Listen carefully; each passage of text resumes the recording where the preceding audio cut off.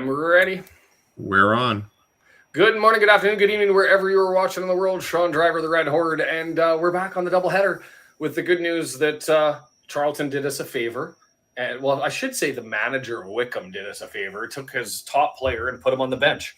And that top player got subbed back in late and scored the only goal that Wycombe had. But it was a 2-1 win for Charlton, the temporary wee team. Is this one? We're getting ready to take on Wigan at the racecourse. Thanks for everybody joining on early. Feel free to hit those like, comment, subscribe. W&G's logged back in. I don't even know if my chat stuff's working. I'm still scrambling around on my end, just making sure I go back to how it normally is. Brendan might have to tell me in the background as he's there. Good morning, Dave says to you, to see if that's showing up on the screen, because I had some issues with my YouTube in chat live stuff. So let me know if you're getting it there, Brendan. Hopefully you are.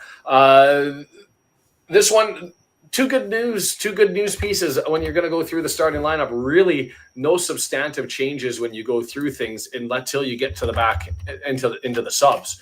And that's because Ogonkwo is a sub. Chomp getting the start, but Ogonkwo on the bench, and Lee back from his little knock that he had a couple of games ago. He had the last one off. He's back. But other than that, it's pretty much par for the course of what's been going on recently. Chomp going to be in goal. Brunt, Cleworth, and O'Connell in the back. Go to the wings. You're going to have Barnett on the right. You're going to have McLean on the left. You're going to have Mullen and Palmer up front. Mullen had that worldie in the last one. Up there as a potential goal of the year. And so there's people saying he's back. There's people that are saying, let's not get ahead of ourselves. So hopefully he's able to stomp into it, enter into the chat, and elbows out and put in a couple more and shut up those of us, this guy included, who is like, I'm not really sold right now. I'm not really sold yet. But we'll see how that one transpires. Who else? Paul Mullen, Ollie Palmer is running with him. And then in the midfield, Matty James, Dobson, and Ollie Rathbone going again. That because Lee's there. As for on the bench, Scar going to be the only defender who's sitting on the bench. No O'Connor all that time, and then he gets a little bit of a knock move around. And and that's the question that Northern Border, I'm just thinking, is he injured or can he not make the squad? Because that's crazy. If you would have said Lewis Brunt was going to jump in the first quarter of the season and take over, I would have went, something went wrong. But anyway, not in the lineup for whatever that's worth. Ogonkwo clearly getting around. Marriott, the returns and the reports are that things are going good there as far as trading ground. So there's optimism, there's hope. The transfer window opens in days. Get 3 points. There is an outside chance here, and let's not get ahead of ourselves, but an outside chance that we could be top of the table on the turnover for the new year. To get there, we would need Birmingham to lose by at least one, and us to gain 2 goals on top of the one that they would lose anyway. So you're looking for, if they drop 2, we can get through with 1 goal. So there's some things that have to happen, but we could get top of the table in this one after Wycombe dropped all 3 points in Charlton and the Valley earlier on. I'm going to jump forward here just to see whether the chat stuff's showing up in the chat, because I haven't heard from Brendan one way or the other. No, I don't see it. I don't see it. So that's a problem on my end, and I don't know what that is. So I'll have to read them off as the chat's coming in. Feel free to keep them coming in. Brendan, if you're with us, I'll stay quiet. Just want to make sure that we're not getting too much echo, but feel free to throw in. What are your thoughts leading into this one? Yeah, I mean, I know they have a good defense. I'd love to see a Mullen goal today. Yeah, I think it's going to be low scoring, maybe 1-0. Yeah, I'm interested to see the score predictions to see if anybody else sees anything different. For me, you've got Sam Tickle in net, second best keeper statistically in League One. The best, by the way, sitting on the bench for Wrexham. Then after him, you've got Jason Kerr. He of the I almost signed in Wrexham crew. Going to be on the back line, and defensively they've been one of the better teams in the league. And then where they're strong in the midfield only because of one player, and that's that Thilo Asgard, the young kid, 22 years of age, 7 goals, 1 assist so far this year. Struggling up front, they keep going with Dale Taylor. And hi, Sam, how are you? Nice to see you. I'll keep clicking this stuff, hoping that it does show up, and you'll have to let me know if it does pop up sometime on your end. But it seems like it's a problem with my overlay URL. and I don't know what's going on there.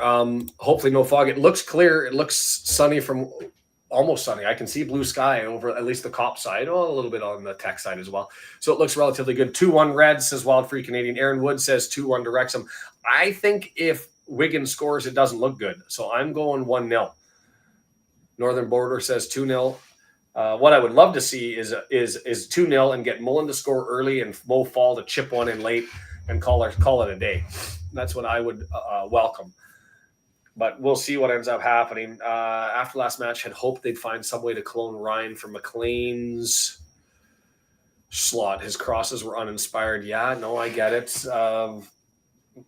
McLean, too, also had that one off the woodwork, and so opportunities are there.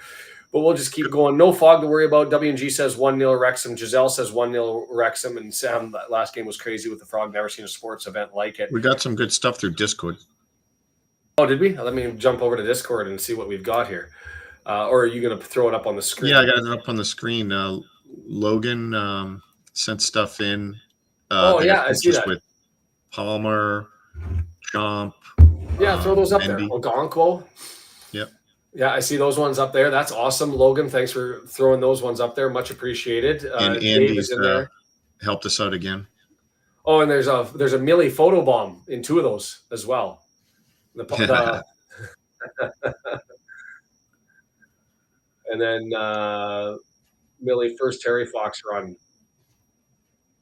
Another photo bomb there. So lots of stuff. If you're not on the Discord, I'll add that into the chat here momentarily. Just invite people. Bring that into the chat and throw that there and pin it so that everybody can join. Join the Discord, I say. Yeah, they got 48 Fahrenheit over there right now. 48 Fahrenheit. So in the rest of the world, that's about 48 minus 32 is 36. Or 48 minus 32 is... So that's 7 degrees, 8 degrees. Yeah, it's warmer than it is here for me. Yeah, that's about on par, but far less rain going on for them. Than what we're getting over here. It's been nonstop rain for a week and a half, and not really there for it, am I? But I don't get a choice on that sort of thing. Where are we here? Get back into the chat, get into the discussion. The rest of the world. I'm allowed to poke fun at the U.S. for some of the silly things that they do, and being the only, I think there's one other country, to be fair, the only country that uses Fahrenheit and holds fast to it, like it's a pride thing. It's interesting. How good is more specific? It's more specific. You have a freezing point of 32. It makes no sense. But we can actually do math here, so it's not a big deal. To get to Celsius, minus 32 divide by 5/8. I don't know. It's like there's the other joke is the measurements of units are like how many football fields or how many blocks or how many whatever bald eagles laid ass. Yeah, when you make that's what we say when we make estimates on things. We reference other things so we don't have to talk about measurements. Well, that's what I mean. Like how many eagles ass to beak does it take to get from one point to another? It's two Empire State Buildings. Two Empire State Buildings. Like what are we doing here? What are we doing here? I don't know. Hey, you guys continue to do you. You're fun. You're unique. It is what it is. Embrace the metric and the centigrade. I'll keep pushing this one out as we get distracted early on in this one.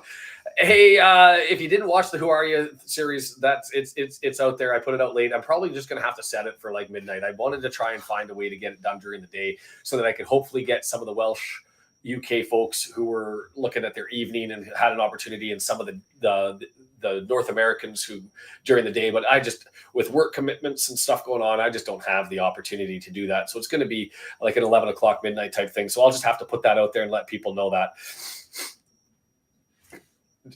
Just punching back against becoming the 51st state. Always.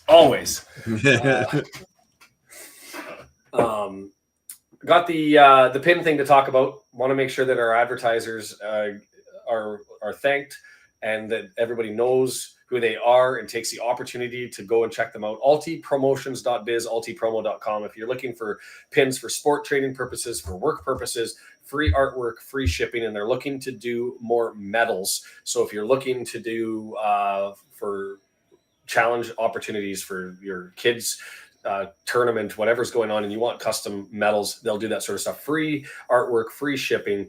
Chat with them, get that connection in, and thank you to them for continuing to make sure that these are ad-free. The other thing you guys can do, subscribe, like. If you're listening over on Twitch or Twitter, come over and join in the live chat. For this one, I'm not going to be able to bring the chat through. I don't know what's happening in the background. I'll have to figure this out, as it was working and then just crapped out in the middle of the game, and everything's set up the way it should be. Nothing has changed, but for whatever reason, it's just not showing up. So I'll have to figure that one out on my own on another day. But keep it going in the chat, and I'll just try to read off what we've got. And then the other thing, if you missed it, yesterday it came out, 2 days ago, recorded it with Carl Roberts, the Welsh Beast, just did an hour-long segment about what it's like being an international Wrexham fan, what the channel is all about, my thoughts on the club and the team and that sort of stuff. And so go ahead and have a look at that. The wind looks so strong on the pitch. Now I need to find a flag. And with the big graphic on mine, there's no way I can see what the heck is going on. It's just disappeared. Really? The wind is strong, because I'm looking at the trees over behind the Wrexham Lager stand, and I don't see those really moving around. Maybe if somebody's there in Wrexham, let us know how the wind is today. David, on the road back to Houston, listening to us in the car. Hopefully your Wi-Fi holds out, or your your LTE holds out. I'm going to have to write that down. Alex telling me that if I want a great laugh, watch the 5-minute skit from Saturday Night Live with Nate Bargatze. Oh, you guys are watching the preview. I'm listening to Mr. Mark Griffiths and staring at the trees across the way, and it looks fine there.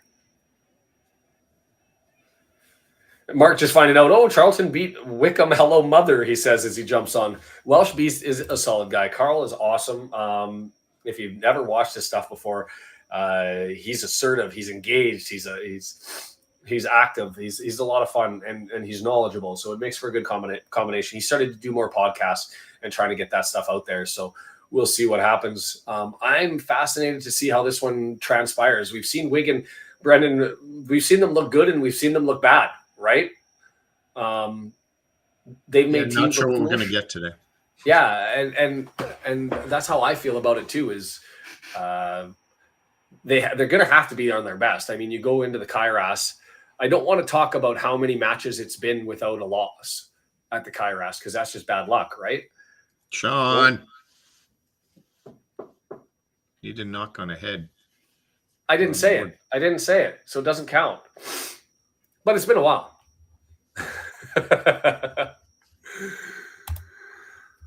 John Lane making the drive. Why is everybody going between Dallas and Houston? What was happening down in Texas today? But it's been a good day to start. Stockport dropped points to Rotherham, despite Rotherham apparently, as Kim was watching that one, saying that they looked like garbage, but still ended up dropping points. Wycombe, for unknown reasons, didn't start their leading scorer and looked like garbage for the entire match. Charlton had them all the way through until they put their leading scorer back on, and then he scored an absolute monster of a goal. Just butchered the defender. You want to see a defender get schooled by a forward at a level that you wouldn't expect in professional sport. That was Kone just educating Mitchell. I would go home and hang my head in shame. He'd left his jockstrap there on the pitch. Let's not talk about that. Wild and Free throwing out the barbs. If you guys don't know this, World Junior Hockey Championships for Canadians, it is the biggest annual international competition in sport. And we played Latvia, a minnow really in hockey terms, although a very passionate country with hockey. Our previous 4 games, we had a total four goals against of 44-4, I think is what it was. And we lost 2-1 in overtime. So just, I'll get over that when we play the Americans and we bash them, hopefully. But not a good start for the young men. They showed the skybox. I saw Humphrey Kerr, but I don't know who else was in there. Oh, I didn't see it from my end. I assume that you're getting a different angle because all I'm getting is the Wrexham Lager stand, really a wide display from the iFollow on this one. Is nobody's come out yet. We're still warming this one up. I have their roster. I mean, the only things that I was interested in is Article, Kerr, Asgard, and Dale Taylor in. Nobody else on the club, to be fair, really stands out for me. Their whole back line is solid, right? Kerr's on another level. So defensively, I don't have a problem with them. It was really, are they going to change something up front? Because what's working for them, they don't have the efficiency up front that you would expect with the service that's being provided to them. And so at some point, I think you'd have to get away from the Nottingham Forest product and Dale Taylor. They haven't. They continue to ride that bus, and that's maybe good news for us. Hopefully I don't reverse jinx the hell out of that one too, as I'm getting bolder and bolder with my statements. Before this one kicks off, Brendan, I might give you 5 minutes to say your piece, if you wouldn't mind. Hopefully the echo's not too bad on your end. I'm going to just have to take a quick quick break here. And go and take care of a couple things, and I will be right back. I'll probably only be like 2 to 5 minutes. Sure, go right ahead. Just seeing how many people we have with us. We got a good deal of people. That's great. Let me see. Looks like they're just coming out. We transition over there. There we go. Wrexham in red. Wigan in their blue.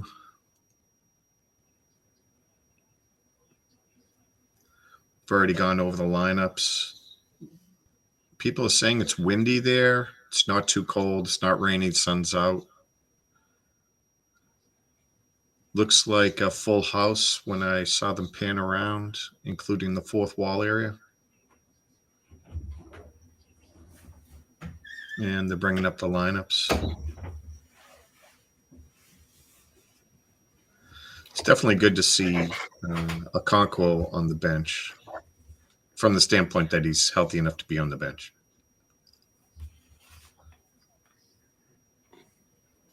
Looks like Sean's back.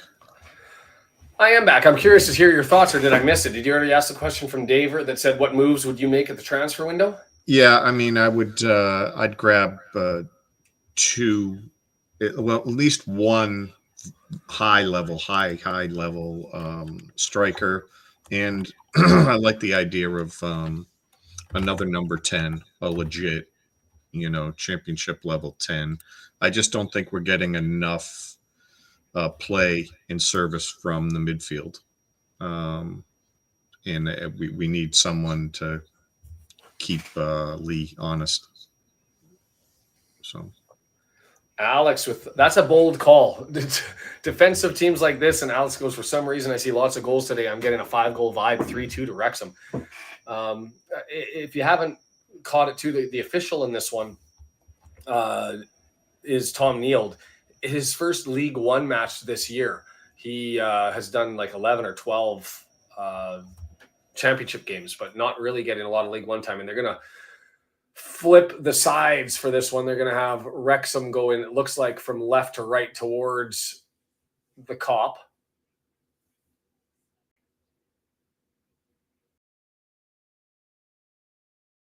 This,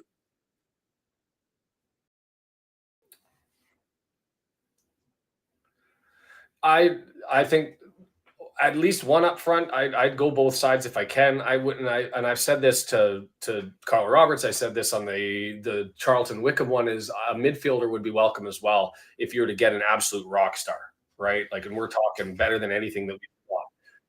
Yes. I'm talking like a real like home run. We're not looking at like a $500,000 spend. Like or $1 million pound. I'm looking like £1 million spend.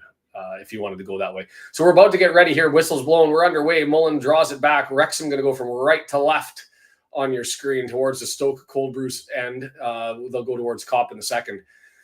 And Wigan going from left to right as they get this under control. And this is Taylor with his first touch, and he's going to move it forward to Olakigbe as Cleworth knocks it out. There are names which I like to hear somebody else pronounce before I get called saying them too frequently, and that's one of them. Olakigbe, I think, is how I pronounce it. And this is Sessignon, who's going to move forward, the left back, who's going to look to throw this in. And it seems by the way he's stamping away from the line that he's got a tozer-like bomb. And here goes the throw into the area, knocked clear, and it's Rathbone advancing it forward, and Mullen puts his head down, and he's digging, charging as he... Civic, normally on the right side, and that's where he is. It's moved forward and it's moved around. Taylor going to swing it over to Smith over on the right-hand side, 18-yard box. Brunt over to challenge with him. McLean's over there, 2-on-1. He draws it back. Rathbone moves forward, and that's just missed. And so Rathbone collects it, moves it forward, gives it to Mullen to try and grab it, and it's just going to roll harmlessly. Yeah, did he have time to do something a little bit more there? I don't know. I think he could have run with it, but maybe he saw a window of opportunity that just didn't materialize. Morning, Denise. And for those of you who are missing the comments going into the chat, that's a problem on my end, and I don't know what it is. And so I'm just going to try and read yours as they're coming out. But yes, Michael Capper, I'm looking for that Wrexham Magic. Asgard with it. Wigan products, and that's the one thing that I've noticed. Their keeper, move forward, Barney, 18-yard box. He's only got Mullen with him, but he's going to try and serve it to him. Instead, it's blocked. Sessignon got in front of him, and it's going to be moved forward, and I think that's a deco. And he's going to slide it forward, misses the pass, and it's stepped in front of by Brunt, and he gets it to McLean. McLean, he's got two bodies. He's going to look for Palmer on the right-hand side, but not there. Sessignon knocks that one. Dobson into a battle with Asgard. Free kick given as Dobson sumo splashes him. I don't know what else you call that one. Sumo splash. He does. That's what you get for going to ground early, Asgard. So both Asgard and Tickle, two of their best players, long-standing, signed at 12 and at 14 with the Wigan Academy, and moved up before signing their professional contracts, and now figureheads. And I'd think for Asgard and maybe Tickle. I mean, Tickle 22 and still, capable. Maybe both of them likely going to be bringing in some cash for Wigan at some point in time. Swung wide, Smith looking forward, knocked out by McLean, and it's going to be a throw-in over on the right-hand side. I think that's a throw-in and not a corner.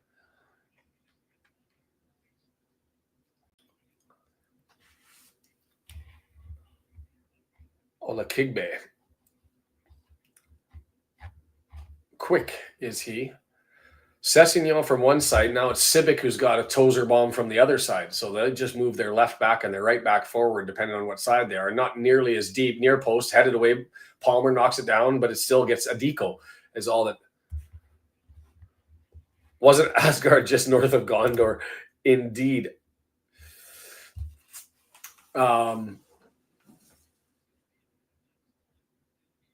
Asgard plays for the Norwegian youth teams, but he was born and raised in England to Norwegian parents. Musicians. The odd things you learn researching clubs. Thrown in quickly, advanced up to Palmer. He knocks it down, looks to get nobody up there. And so that's just easily, Tickle comes out and collects that one, as McLean was the only one even close to being in the area.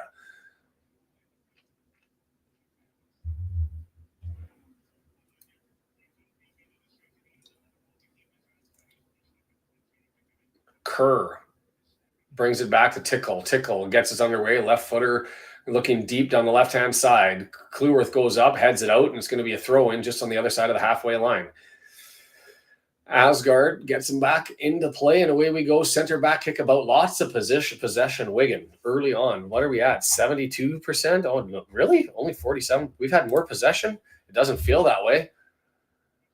Asgard jumps in front of Matty James on that one and nicks it. Wigan, holy cow, a deco into the area, dangerous. Brunt, holy, stopped from the tap-in. Was Brunt stepping into that one with the big stretch? Necessary. Wigan again, Asgard dances around a man, moves forward 25 yards out. Two men, people on. Dobson chasing him down. Asgard swings it over right to Olakigbe. He's got Barney guarding him, 18 yards out, right-footed, swung in, knocked away by Cleworth to the feet of Palmer. And we've got to get the red jerseys forward. Palmer, turn and go as we just kick that one away. Is it going to be one of these days where we just can't connect going forward? Cleworth can't get it. It's lost. Adiko there. Cleworth's out of position, and it comes all the way back. Yikes. Start doing things, please. Civic with it. Moves it over. Smith. Crowd seems really quiet, but it could be because the gains are really low. I hear clapping, but it seems like it's way out in the distance on iFollow right now. And Mark Griffiths, his audio commentary has gone in my ear as they have tech issues. So I'm the guy providing the play-by-play. EOC moves it up to Palmer, knocks it down. Dobson goes to collect it midway, halfway line, draws it back. EOC, the press is on as that's Taylor chasing around trying to disturb things, and Matty James has it. The outlaw, Matty James, long ball, searching for Palmer right on his chest, knocks it down 25 yards out. Him and Mullen, you take it, I take it, you take it, I take it. Okay, we'll give it away. Wigan with it. Adiko draws it back. Ola Kigbe. Sorry, that was that Sessegnon or Ola Kigbe out there? Sessegnon. Put into the air, Brunt in space, knocks it down halfway line. He's looking for options. Taylor closes in on him, so he draws it back to EOC. And the line moves forward. O'Connell now is trying to find Barney on the right-hand side. He does. He's got Sessegnon with him, and the flag goes up and says, offside, you're too far forward. Patagonia, how are you? David Mardones, nice to have you there. For those of you just joining, the like button, always something that would be welcome. I would be massive favor. And we've had early morning support, memberships being gifted out. Much appreciative for them. Palmer has that taken. I think he got himself confused in his head. He was like, am I passing this? Am I shooting this? And instead he does kind of a, what would you call that? A shot pass that just went nowhere, right between everybody and out for a goal kick. That's the goal. I started the construction and the development of it. I've got the boxes built, tried to put them up last night, and then was like, I should probably get a couple more tools before I do that. So that's the whole plan. Bo is to improve that in the background. The joys of the renovation, everything's slow. And with a trial coming, it might actually be until March until I get that settled in. And I could be in Wrexham at that point. So we'll see. But I am attentive to it. Void Otter sliding in. It's been a while, Void.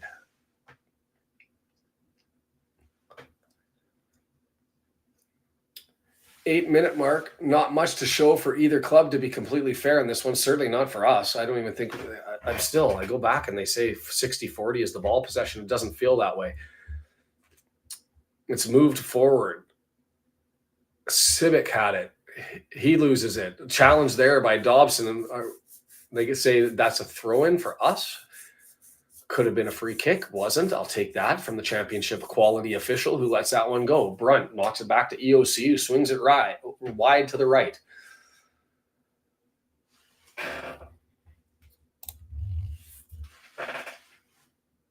David, you're in the I've seen you then, and I know who you are. David was in the Patagonia series on the Welcome to Wrexham. Nice to have you join the channel.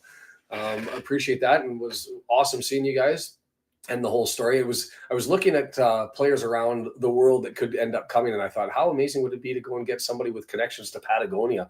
But I haven't looked into that any further. I was actually looking at a potential Brazilian striker who's playing in the Japanese league. That being started as somebody was saying I should be looking at the K-League for a striker. And I thought, holy cow, I'm looking everywhere to try and find out who's the best person to come in. Wigan moving forward, Smith with it. It gets knocked out by Rathbone. It's going to be a throw in 10 yards from the goal line. And away we go.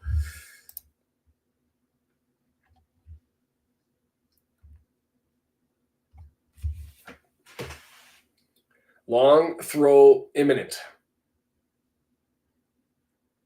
Civic, and Mr. Griffiths is back into my ears. Long throw, middle of the pitch. No, short stick. Knocked around, freed up. Asgard takes a stab at it, but it comes free and just... We're under pressure so much, and our forwards are having to come back that we just can't seem to, even when we get possession, to find somebody to pass it to. And in the meantime, they're going to have a crack at it. Right footer. Oh, no, draws it back over to Smith. I would have taken that as an opportunity. But Smith, looking to dance, knocks it in. Brunt clears. And because Palmer's come all the way back, it's just Mullen up there working on the defenders and not much he can do.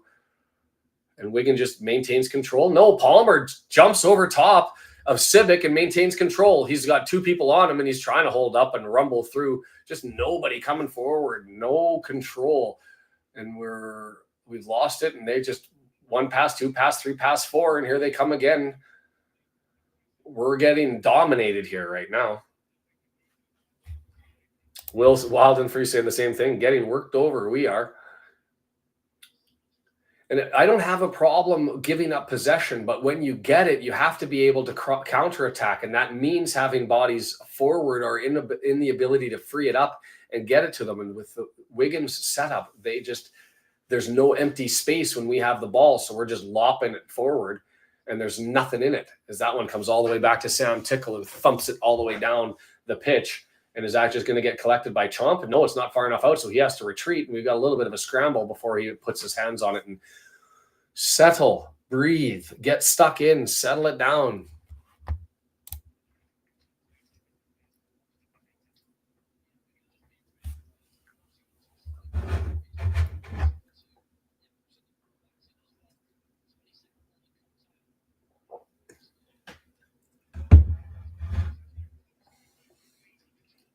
John, we give them a false sense of Palmer, 18-yard box, opportunity there, and well tackled. Wow. Ameson cleared that one up and just moved it forward. But yes, a good pass to get it in there. Palmer couldn't do much with it. And did that go out? No, it didn't. Managed to keep it in. It goes back to Sessignon. And David Foster saying to David Mardones in the episode where they started singing about their fathers and knowing their history, lost it. It was beautiful. I agree. It was nice to have the Patagonian touch, right? Because it's something that for those of us, until we learned about Wrexham, didn't understand and appreciate that connection. And so being able to see that connection, how it's there, not even reconnected and fired up, but like deepening an already existing connection was something special. Brunt wide to Barney, great little pass out wide, 18-yard box, delivered far cross, too much weight, too much heavy, and it just goes out and over. But I like that comment from John. We're giving them a false sense of security. Yeah, that's it. So goal kick it's going to be for Tickle here coming forward.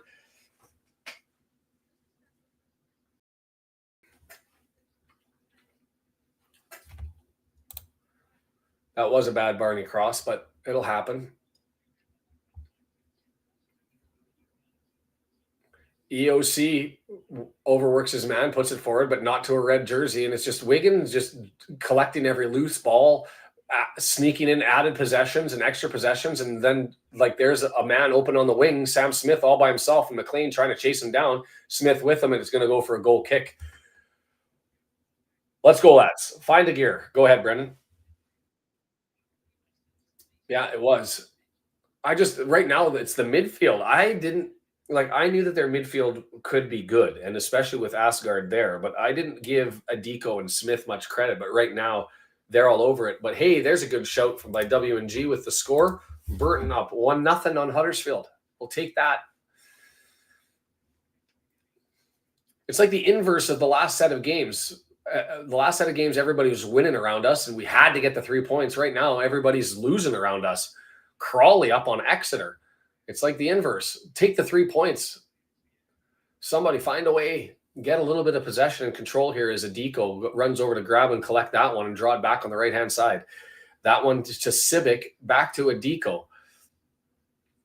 I mean, defensively, we're all set up. And yes, it does look like the cup is full since they've got rid of that fan zone. And it had to be full. With the ruckus that was made by Wrexhamites who didn't want to pay that money, they had to fill up the stadium if they were going to make sure that the club got rid of it. So good on the fans for Alex with the positive news. Wrexham has conceded early a bunch of times. At least they didn't do it today. I don't know. Parkes needs more enthusiasm to get the team going because you're right. It has been slow starts.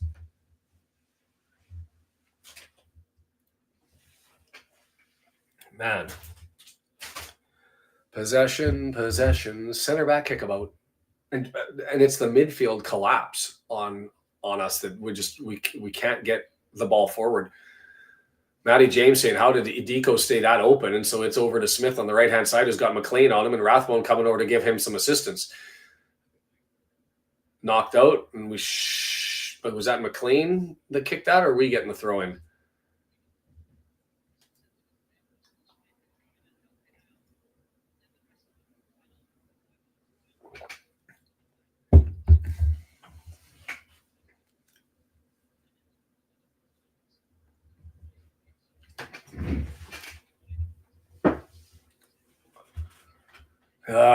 Thrown in by us, given away by us. We're not in this at the moment.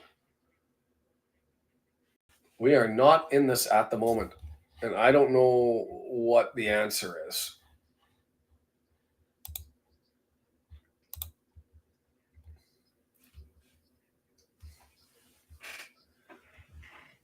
Clueworth heads it forward. Now we got a touch. Barney's there, but just closed on. Like, they're swarming. If they've got the cardio to hold this up, if they hold this up and they've got the cardio to keep this fired, this is going to be a long, frustrating 90 minutes. The fourth official having a chat with Parky. Can you stay in your little box here, please? FOTMob's momentum tracker. Yeah. We've got a little tiny bit of red. Little tiny bit of red there is a blip. Dobson maintains control, gets it back to EOC, and here comes their front five again, just with the pressure, and it's all on Brunt. He's only 35 yards away from goal, and we're fighting to maintain it. So we've got to look for the long ball, but when we do, they've got five there guarding them all up. Yikes. More control. Reading goes up 1-0 on Mansfield. And there's Tickle. Puts it forward. Dobson gets his head to it. Clueworth able to clean up the garbage and gets it over to Brunt. Brunt with it. Looking long, searching to find Rathbone, who's chasing it down. He's got Kerr, just holds him off. And it's going to be a goal kick. Wah, wah.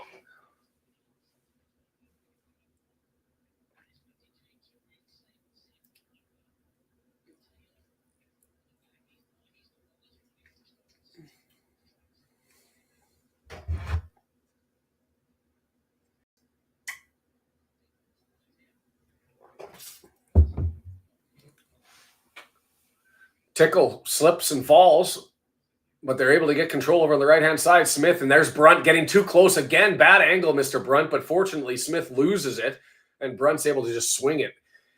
Whenever Brunt steps forward, it's the one part of his game that he's done it now. This is 3 distinct times where I can recall the season where when he steps forward to try and engage a player, their pace ends up taking him around him, and that's another opportunity, and he was lucky that he didn't get beat there. And because of the stumble and bumble by Smith, he was able to at least swing it. So it's going to be a corner here for Wigan, tying their shoe over on the right-hand side. Smith going to take it. Left-footed in-swinger from the right-hand side in front of the cop. Hold. Pace and just right into the hands of Chomp. An easy, confident take, and what was that? Had the ball knocked out, and so we're going to get another chance here to play.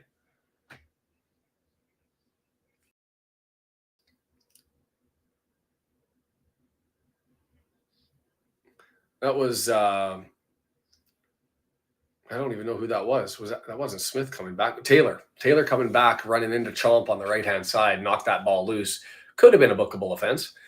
Ieston joining the channel, IESTYN. I'm hoping I get that right. Thanks for joining. Again, the subscribe button is down there. Feel free to hit that if you wanted to join the chat.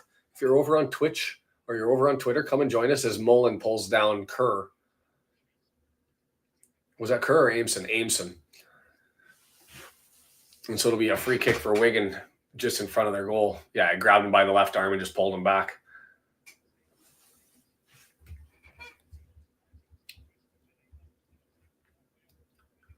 It just always makes me nervous is as John Lane says, he's the highest rated FOTMOB player at the moment. He just always makes me nervous. And wow, lots of space here for Sessegnon just to run all the way forward and get it over to Smith. 20 yards, 18 yards out. McLean's there. He gets around Rathbone, who committed and overcommitted, and there's a chance. Misses it. Rathbone. In basketball, they tell you to always never to jump into a defensive position. Always keep one foot so you've got the ability to pivot. And he comes in to jump and stomp. And as he's in the air, Smith just turns the other way into open space and runs along the 18-yard box and takes a shot.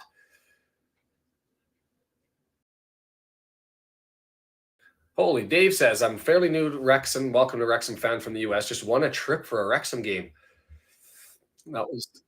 That was the $2,000 one that he was talking about a couple of weeks ago. I didn't know that it was specifically to go to Wrexham. I thought it was just a cash prize, but that's even cooler if it was like, you've got to go to Wrexham for it. And then found out that he's got ancestors who were miners in Wales. Another giveaway. Gah. All the Kigbay now. Left-hand side, 18-yard box into the area. Kluwerth has him marked into the area. Takes a shot, clicked in, and it's going to be a corner over on the left-hand side. We are getting throttled right now. I'm trying to think of a window where it's been 22 minutes of just this much crush.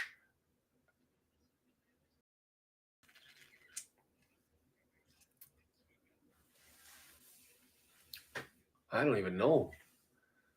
So it's going to be all the Kigbay taking it with a right-footed left swinger. The momentum meter that's even deeper than it's ever been. 68% possession. Surprisingly, the expected goal 0.00 for us, 0.04 for them. So not a lot going on. But that's flat on the ground. Blocked by Mullen. They'll get another corner on the side. This could be, I mean, you look at the stats, the efficiency is not there. They have lots of possession. They have lots of passing through the deck. They just can't seem to find any magic in the box. And so maybe this is just screaming like we're going to be doing this the whole game and hoping that we find a counter punch at some point. So they've changed it up. It's going to be a left-footed in-swinger as the official comes out and says, move the ball. He doesn't move the ball. Instead, is this Smith on the opposite side? Left-footed out-swinger this time?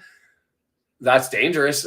Kerr puts it back across his body, but well done to get cleared, but it's knocked down by Asgard. He's dancing around.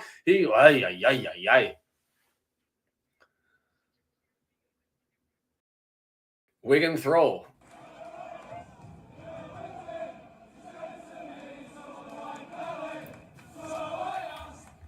It was a cash prize to use on my bucket list, which was topped by going to a Wrexham game. There it is. Perfect. Love it.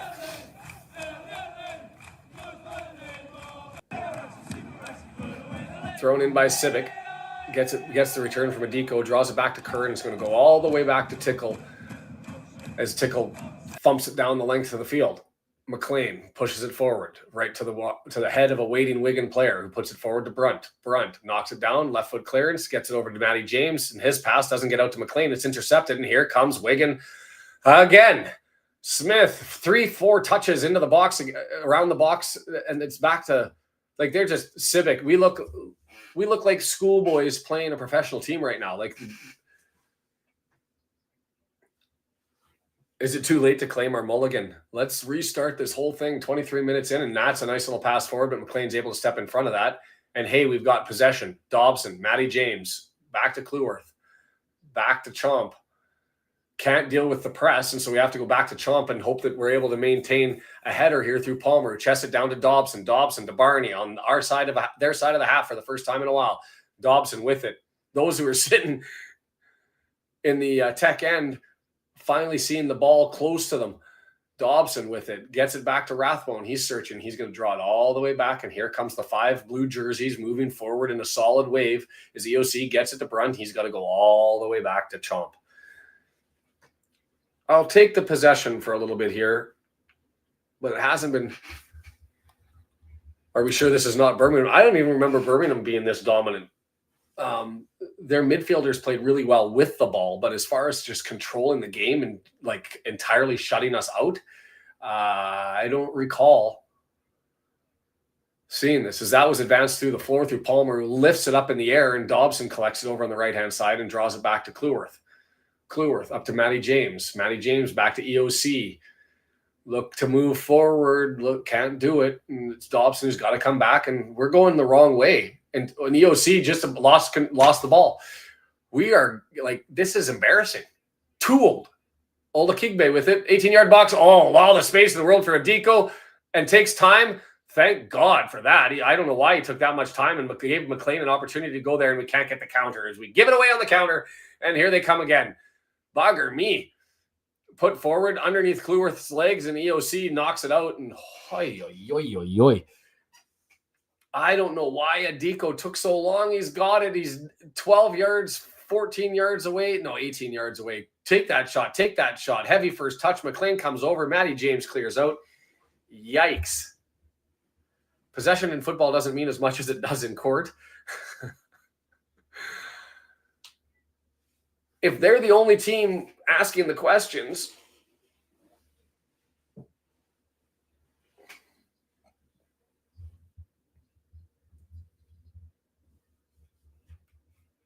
thanks, Dave, for that. And it's true from my end as well. That's what I was saying to Carl Roberts, is it's a nice little community, is the effort put in there by McLean to try and get in front of the ball, and he's able to do that. But what's the success is they get a throw in, and nobody really challenging the throw.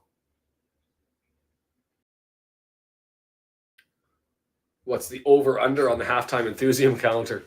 Mr. Foster with the $10 donation. Thank you, Dave. It's much appreciated. And that's a foul, and we're going to get – is that going to be a yellow? A deco getting it because he reached over top of him. We're glad that you're here, Dave. I'm glad that the community has – and the people that are here enjoy it as much as I do. And it's not just because of the Wrexham thing. It's you guys who chat and get involved, and as we learn about everybody. I am a civil litigator. I deal with oppression more often than anything else, breach of contracts, corporate disputes. If there's entities that are looking to corporately divorce from each other, that's usually where I get stepped in and do the valuations and try and figure out a pathway for them. I'll throw in some strata stuff. I'll throw in some plan of arrangements, and that's really what I do. We need one of those movie moments. Now it's our turn. Yes, John, we need something. Civic gave it away, and Rathbone or Dobson couldn't turn it the other way. Well done by Brunt to step in front of the and intercept that one. He moves forward. He's taking on a deco. He moves it forward. Oh, and he had Dobson running forward, and it was a good defensive play to take away that pass. And here come those blue and white jerseys coming the other way. Ola Kigbe over on the left side. Our right. Turns away from Barney, draws it back, and it's all the way back to Kerr. Civic now. Brunt with another challenge on a deco and moves that one forward, and that really is our throw-in. I don't know how that could be a throw-in to us, but I will take it. David says, take a photo with the Patagonia Reds brick of the turf. I'll be looking to do that in... You're going in there in April, did you say, Dave? Because I'm going, it looks like in March. All signs are pointing to that anyway. Wigan player goes down. Thanks, Denise. So deco down on the ground.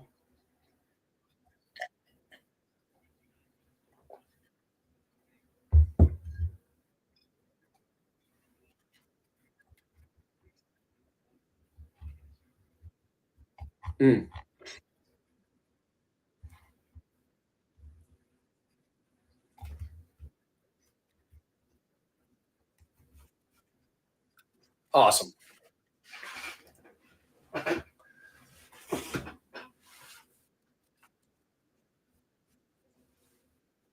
I don't even have that picture to see it, but I'm assuming that's where it was.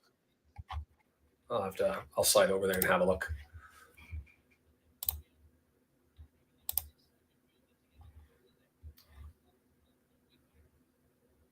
Bryn, where did we take that? I don't even know. Was that? Britt and I have talked a couple of times, and that might be at the Welsh Hall. I don't even remember where that was. But Britt and I have chatted offline. We've chatted online. Haven't connected as much. I still want to find a game that's like, what would be best is if we had a weekend game that was like an evening start. Because if we did, I'd like to go to Site B in Port Moody that have a studio that you can rent that and do a watch along there where we invite a bunch of Vancouverites and the whole group of us sit down and watch the game live and do the watch party like that. Our own little mini cosm with a whole bunch of people that take it in the game.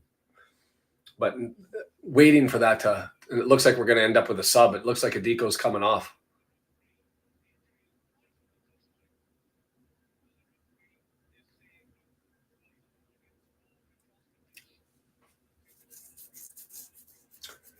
So Adiko coming off, that's an early sub and use of the window that Wigan has to endure because of the...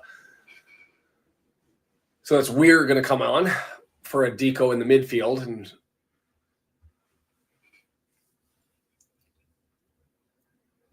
that's probably a good thing. Adiko has looked solid.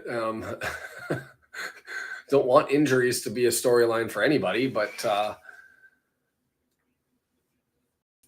and I hope he's not that bad off because you don't ever want to have that sort of thing occur. But as far as the game is concerned, Adiko and it was one of, with him and Asgard, that was controlling things in the middle of the pitch. So and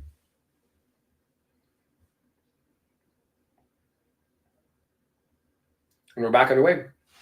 So an extended break there that'll affect the minutes to be added at the end of this one as EOC goes to Palmer. There's a slip and a fall there by Kerr, and that's a collide with the head. That was a bad chance. That's got to be a yellow card. He literally headed Mullen in that back of the head. Aimson did. I want to see this again. Aimson. Oh, shoulder to the back of the head. Boom. Oh, no, it wasn't to the back of the head. It was to the back of the shoulder.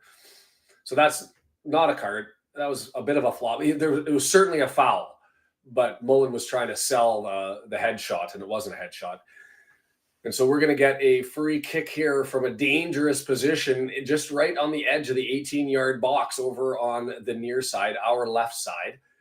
Mullen standing there, right-footed, should he decide to go up and down, or at least try to do that.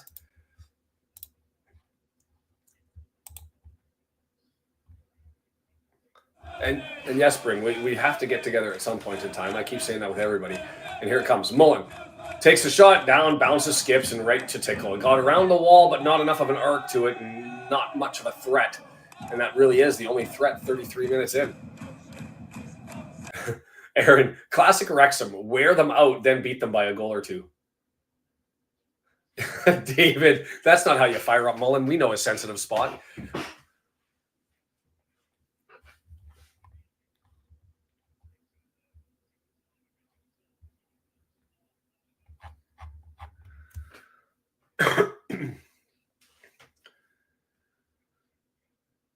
Blueworth heads it down, gets it to Dobson over on the right-hand side. He's fighting Asgard, and he gets it back to himself, and then left foots it up to Palmer, who tried to flick it over to McLean, but couldn't get enough on it, and it's just cleared away. EOC recollects. Mullen framing up.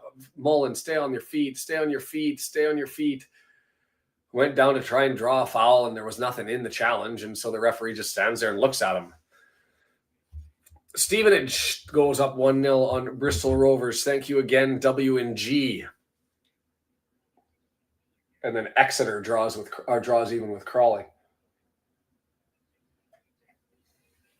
EOC collects, knocks it down, halfway line, overstuck on the right-hand side, can't do anything with it, draws it back to Dobson, and they've got to recycle all the way back to Chomp.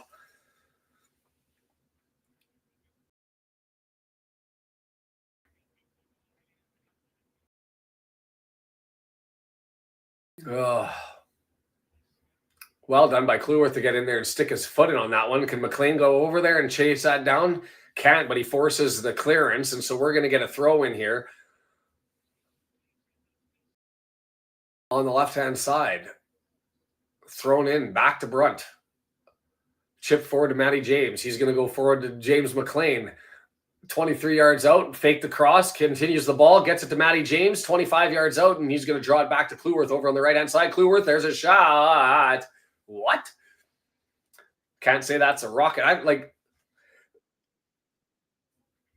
I think that was indecision. I think he was going to step in and be like, I'm going to thump it. And then he realized, I'm too far out. I shouldn't be doing this. And thought, I'll do a cross. And that didn't work out either. And so it's kind of one of those indecisive moments. No, that's just it. Give it away, give it away, give it away now. My night out round mold postponed, so Wrexham do me proud and cheer me up. Indeed, Julia, we need some magic here. Right now, we're just watching time tick away.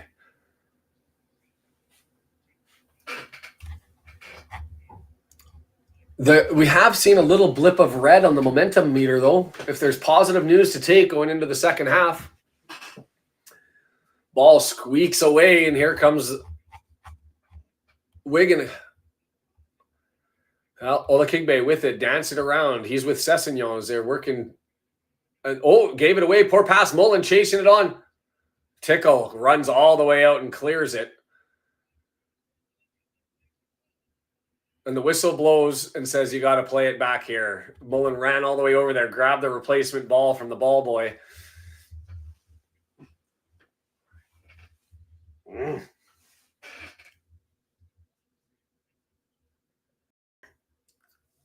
Matty James gets control, gets a jersey tug, still playing with it. James McLean gets it back to Matt James. James turning around, draws it back to Brunt and move forward. The switch not really there. Instead, EOC goes to the left-hand side looking for McLean, but is knocked down by Sessignon and goes over to...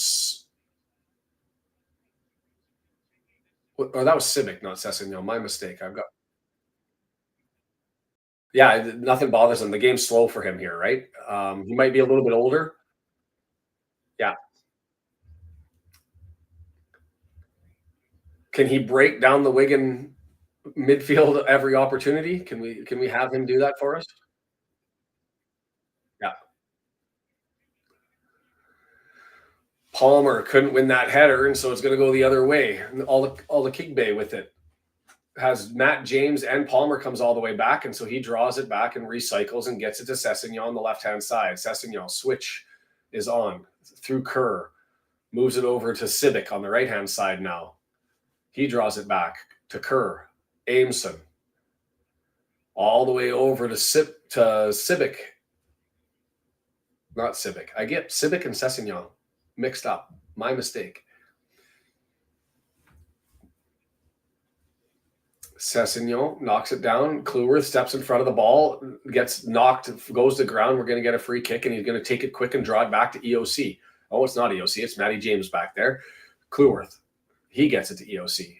Over to Brunt. The press is still on. Bolton goes up on Lincoln. And Aaron Wood no longer in Wrexham. And then we got Kelsey, who's actually from Wrexham, was born in Wrexham, and was a season ticket holder when Gary Mills was in charge. Another grab of the jersey. Lots of little dirty football in the sense that it's that little chintzy stuff. The hook and the grab and the tug and the pull as Mullins into a battle there, trying to chase that one down, but it's going to roll out for a goal kick. And still nothing. Getting close to the 40-minute mark and nothing.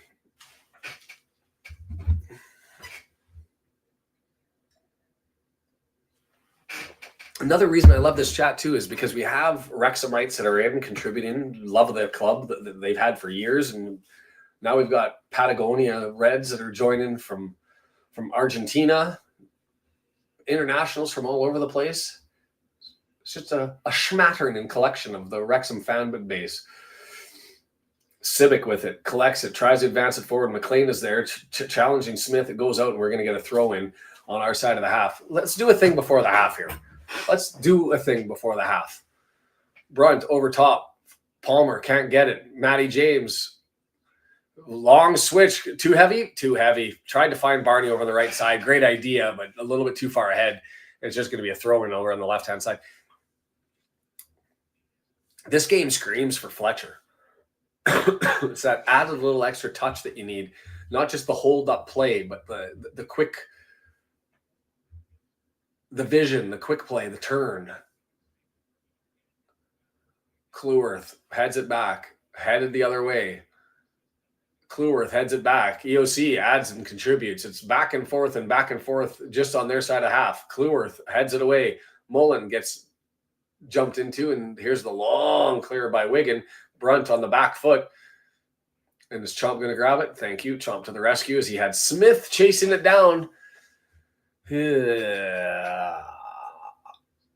I think, Aaron, to be completely fair, they are the only team who's got a broad fan base. As far as lower division teams, I've only in my existence in Vancouver seen, that's a foul. Right on the edge of the box, and that's Ameson. It's this one I think could be a yellow.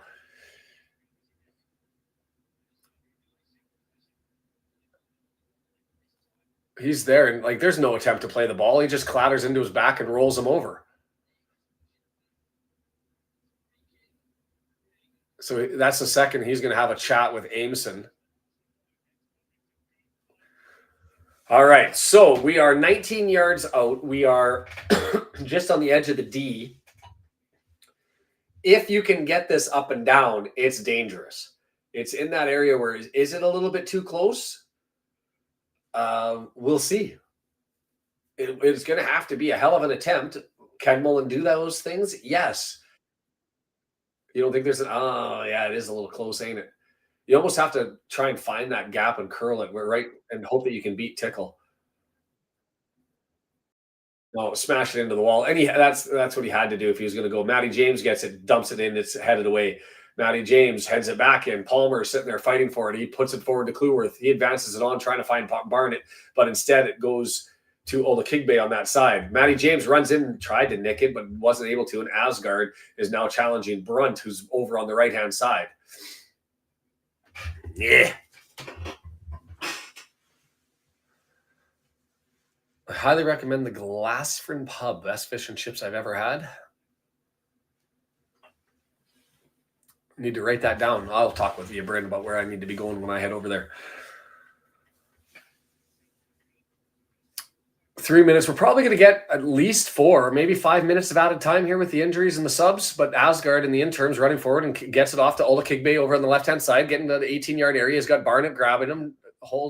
Swept in. Danger! Oh! Lucky. It goes as a goal kick, but Smith was right there on the far post and had the opportunity. Hey, Swiss, how are you? From Zurich.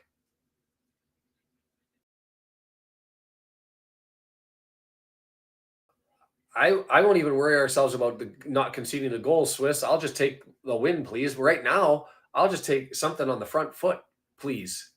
Oh, Dave's just waking up. Welcome. I've been up since 3:45 in the morning after a 2-hour nap. But I'm full of coffee. And if you missed the news, Wycombe lost earlier to Charlton. The manager for Wycombe gifting us one by not starting their best player. And made no sense. And he scored when he came in as a sub. Yeah, I wonder what would have happened if he was out there. He just absolutely dominated Mitchell.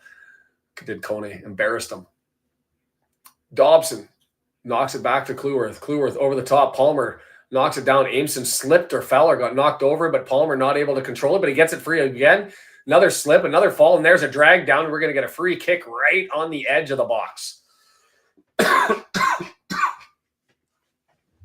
Not a shooting position. Somebody chip this one into far post and try and find something. Because I just think, like, unless you're able to smash this through the wall, like you're literally 18 yards and 2 inches away.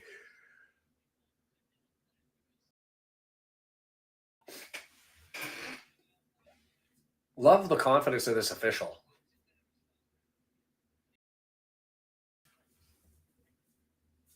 Find something. Get us some magic. A set piece thing's going to work. McLean looks like he's wanted us to take it, but it shouldn't be McLean taking these. He's gonna be pitching this up over top. It's a chip. No, he's ripping it into the wall, and it's gonna go out for a corner, and we'll take that over on the right hand side. Yeah.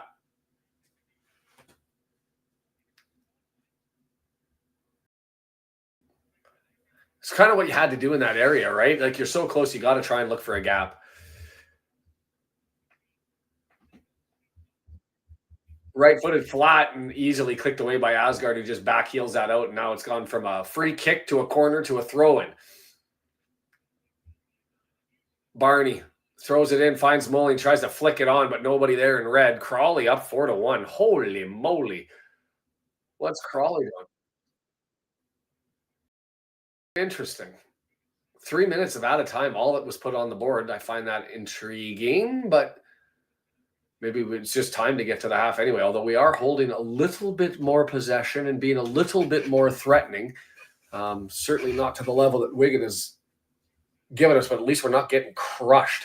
It's not a soulless, life-sucking domination. Barney got it back to Dobson, who played it forward to Mullen, but Mullen got jumped in front of by Ameson, and he just ends up cleaning that one up.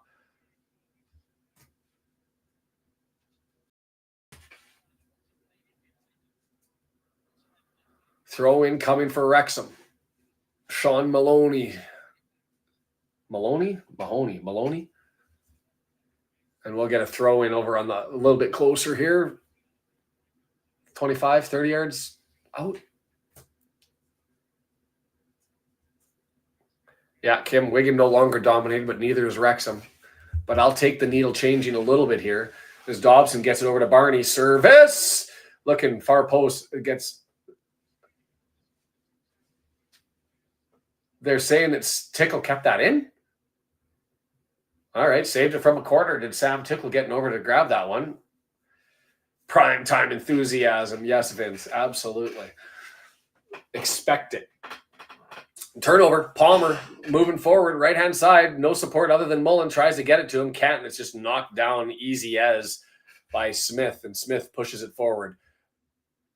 EOC steps up, gets it to Cleworth. He kind of bobbles it, so he's got to draw it all the way back to Chomp as we're 2 minutes into the added time and running closer to the halfway point.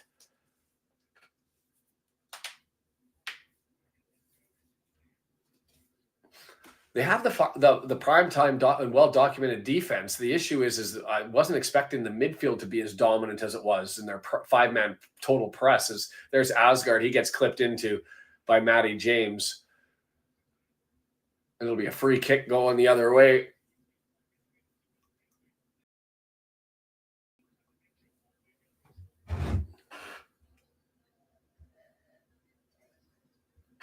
This halftime enthusiasm will be brought to you by the letters C and F.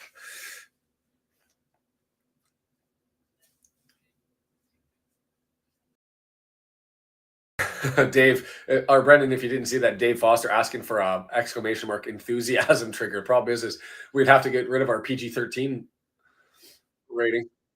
Oh, dangerous. 20 yards out, over to the right-hand side, and mistouched pass there by the substitute, Weir, who had mishandled that one, and the whistle blows, and we're at the half, maybe, thankfully. Thailand, Robert Sunman, that makes it 58 countries. There's some good news if you add that to the list. Thailand. Whereabouts in Thailand are you? I got lots of love for KOPP. Don't know how the internet, whether it's improved out at KOPP. I would mind you, I was there just after the tsunami, so obviously some challenges with things there. Brendan, tell me your thoughts on that one. Yeah, I guess I might be the only one, but I didn't see the first half as bad as you were saying it, and some of the people in the chat were. I thought we weren't making anything happen, but the ball was always in their end for the first 20 minutes. Like we couldn't get it going, but I thought I wouldn't say we're dominating, but I thought we had more control over it. And then they started to come back. I thought it was kind of even. Maybe they pulled ahead, in success and keeping it in our end a while. And then we came back again. I would think it's a pretty even game. I don't think we were particularly sloppy. I think we were working hard. I thought McLean and Rathbone were all-stars out there for the majority of it, making a big difference. And they definitely could have scored a couple times if those guys weren't on their game. James looked good. I like Mullins' action. I just wish he'd stop flopping. I know he got some calls out of it, but it's a couple of opportunities he missed. So I don't know. I didn't think we were that bad. It looks like I'm the only one thinking that, right? Woody doesn't think so either. But Woody says wrong though. But let me come to your defense on that one. Is as I pull up the stats and look at the whole picture. I mean, Kim identifying 0 for 7 on successful crosses. But when you go through things, the possession 53%, 47%, so not really dominated. The expected goals were actually ahead. Total shots were 5. We had 1 shot on target. Touches inside of the box. That's where the difference is for me, is 15-1. And so all of the stats, I think, do accord with what you're sort of saying in the sense that our possession is not bad. Our XG is up there. We've obviously had better set play opportunities. And that's in open play, it's 0.13 for them to 0.02 for us. But where you see the difference for me and what is the touches in the box, 15-1. That's massive. And so, yeah, but you saw them. They're barely in the box. They're on the edges. They didn't really have anything. The defense was in front of them. Well, except for that one by number 16, Adiko.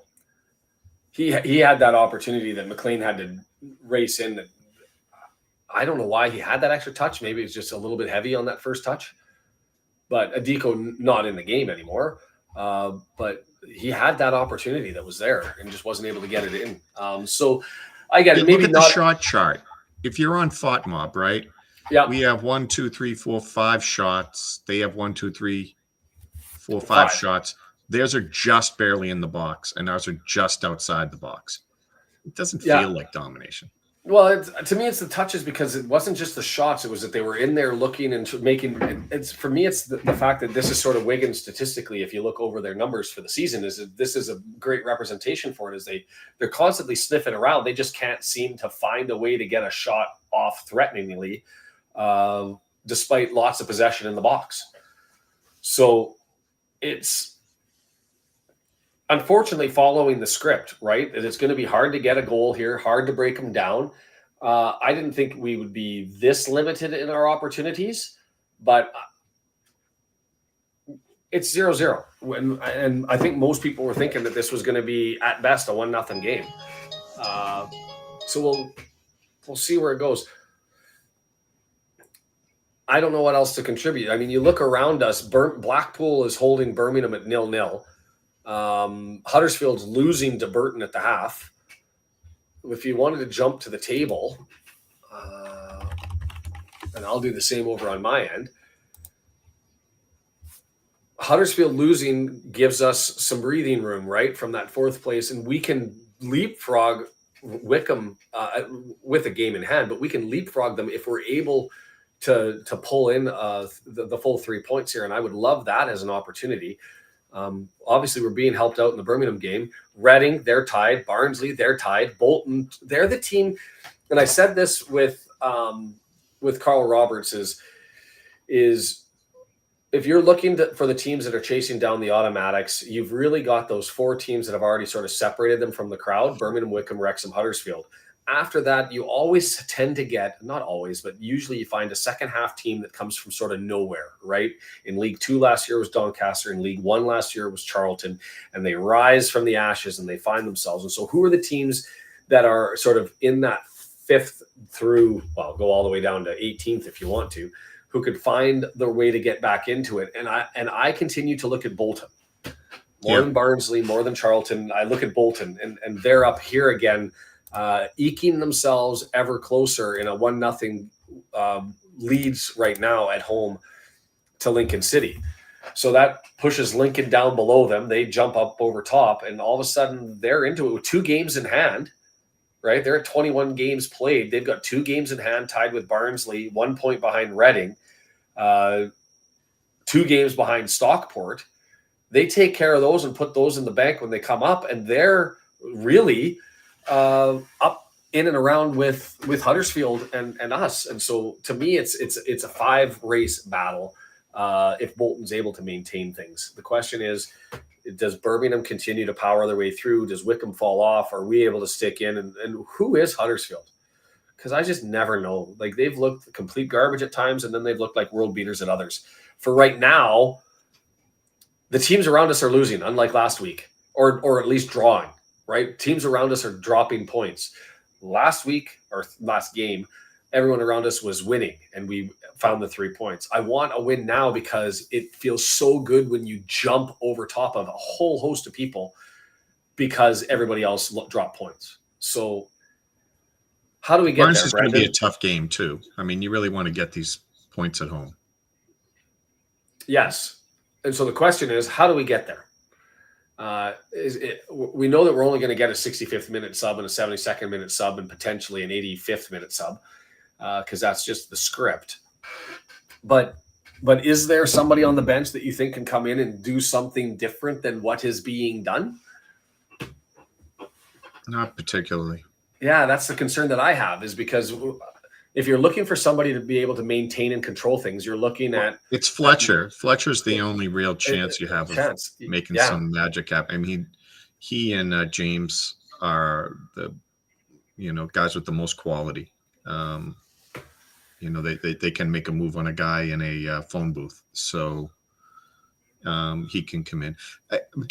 Since I brought him up, and we're talking about what moves would we make, I saw someone throw down, I thought you might have read it aloud, that if you're, to make room for 2 strikers, you'd consider moving on from Marriott and Fletcher. And Fletcher's contract's up at the end of the year. They haven't offered him anything. They didn't offer Chomp anything, Mendy anything. You'd expect Mendy moves on. For me, Palmer doesn't get it done. He doesn't. I mean, he's helping us play well, but he's not ever really a threat, right? He's that target man. So at some point, Parkey has to make up his mind. But we still run the target man who's really no threat, and then only 1 striker. And if that's the case, you can still do better than Palmer. And if you're going to go out and get a replacement for Palmer or someone who plays like Mullen does, I just think that you're better off if Palmer isn't starting and you're bringing someone off the bench. You should be bringing Fletcher off the bench, not Palmer, because if you're looking for a spark, if you're looking for something to happen, if you need something to happen, not a guy gobbling up minutes because Fletcher can't, then you want Fletcher off the bench. So if you are bringing in another striker and it is in the Palmer-like position, then it's Palmer that should go, not Fletcher, because Fletcher makes a difference coming in where Palmer wouldn't in that scenario. Well, I'm with you, and you're not losing Fall, a 500,000 quid young guy, tall, ready to develop and grow. And so I'm with you that if you do replace on that end, yes, you've got Bodferson leaving and freeing up a space. But if I take the shot, I'd have to actually sit and look at the depth chart more to find out who ends up moving and potentially if there's a way that you can thin out who we've got on the back line, because really we're only running 5 guys, right? So can you save space there? I'd have to go back and find out who was listed and who wasn't listed. Mo Fall obviously not counting on against that, and measure things off a little bit one more time, because it's a good shout. I just don't have the answer because I haven't turned my mind to it.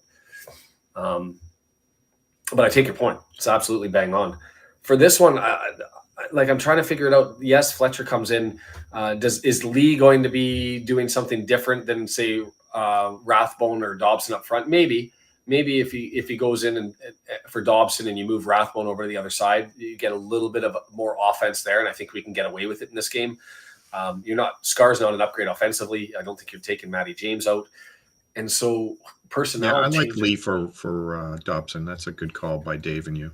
Yeah. And that's all I've got, other than if we're tied 0-0 and it's in the last 10 minutes, do we go to a 3-4-4 and chase the win and really look to try and push things forward and have Fletcher, Mullen, and Fall? I think so. When we were able to keep the ball in their end, I don't know if you noticed this, there were a lot of guys forward. I mean, you had Dobson and Rathbone and occasionally a center back come flying up.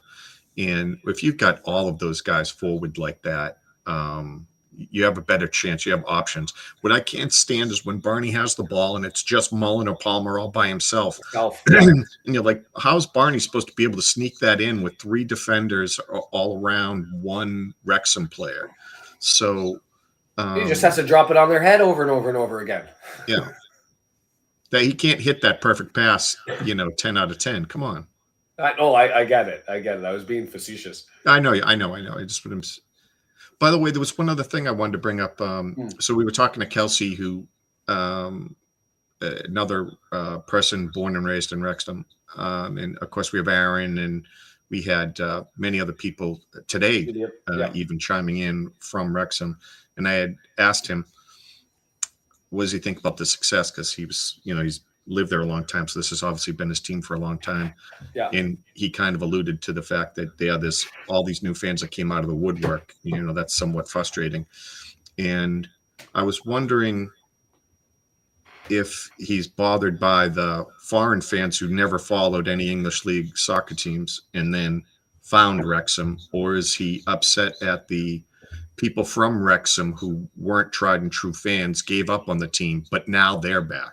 Like, is he upset about the Fairweather fans, or does he see all new fans coming over from overseas as bandwagon fans and stuff like that? Because it's not like we've been there for 15 years, but we did jump in, Sean, when they were in the National League. It wasn't like they were successful, at that point. They were doing well in the National League, but they hadn't got out yet. So yeah, I wonder what the true, longtime Wrexham fans think.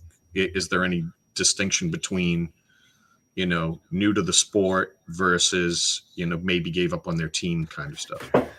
Yeah, it happens in every sport with every team, right? Bandwagon fans, Fairweather fans. I remember when the Vancouver Canucks in 2011 made the final against your Boston Bruins in hockey. It was to go and watch a game, and during those playoffs was just to get into the barn was $500. That's what I paid to literally be the top seat in the arena, was $500. And then 4 years later, they're only getting 15,000 people in, right? And a whole bunch of people went away from the team, and now they're back because we're better. We're not to the level we were at, but we're better. And so I get that there's a level of Fairweather fans. I also get that the economy turns. I also get that Wrexham in its current situation, there's more people working and more money going into the community, and so there's people that benefit from that. That can then turn around and maybe buy tickets that they couldn't before. So it all influences things. And yes, Stephen, 0-0 is the score. In this one, Wigan dominate in the first 25-30 minutes. I think it was even for the last 15-20 minutes, and we'll see where we're at. So I'm curious to see what Aaron says. I like that we have fans from other places. As a kid, I was a Man U fan because my dad was, but I grew up to like Wrexham. And so there's the take as far as the internationals. They're coming out. I do want to take the opportunity again just to thank our sponsors and make sure that this is ad-free all season long. Ultimate Promotions, you can find them, ultipromo.com, ultimatepromotions.biz. They do pins that you can use for sport pin trading, for your club, for work, for whatever purpose that you may end up needing a pin for. So check them out, as well as the medals, and they're looking to do discounts to try to get more of those out there. If you're looking to try and get those for whether it be a sporting event, whether that be a challenge race, something that you need a medal for, go out, reach out for them. Free artwork, free shipping, 48 years of experience, lots of large companies that they continue to provide for. A good little company that has a special little niche, and so hopefully somebody can end up finding them and check them out.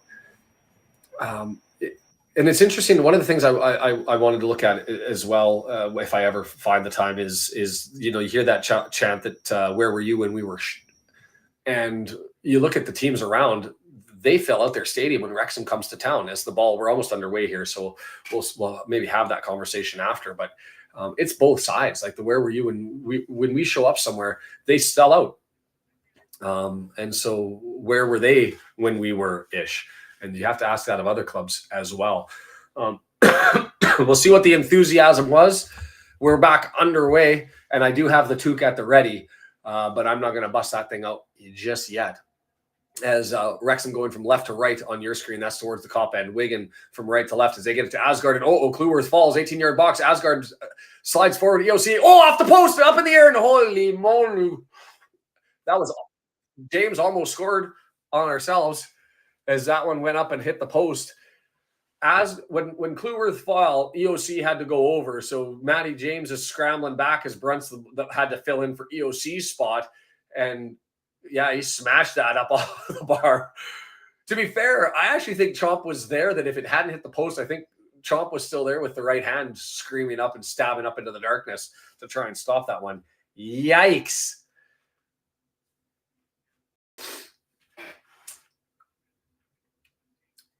Okay, that's the wake-up call, and away we go.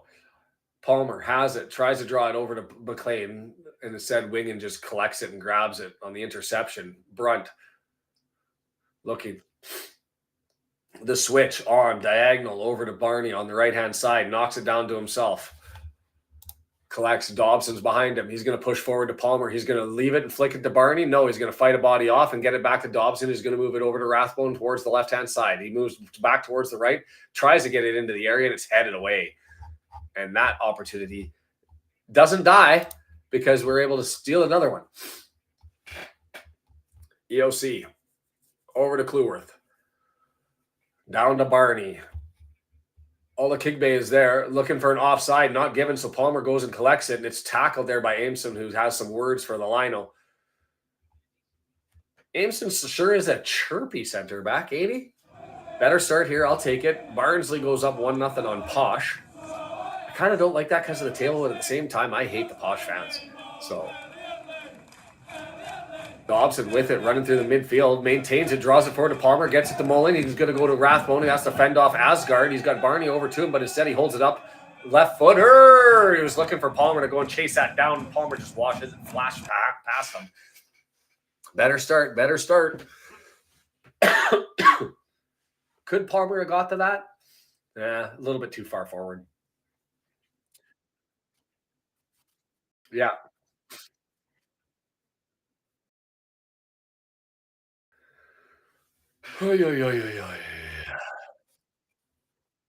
True.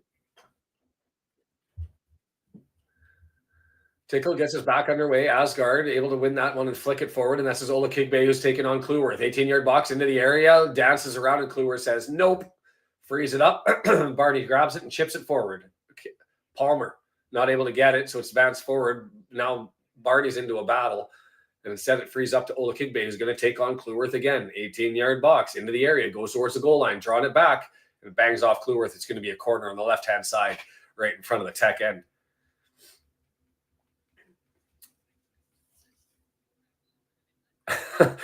Aaron says, I have to wear my lucky Wrexham trucker cap because I put too much weight on over the Christmas holidays to wear his Wrexham kit. Always a problem.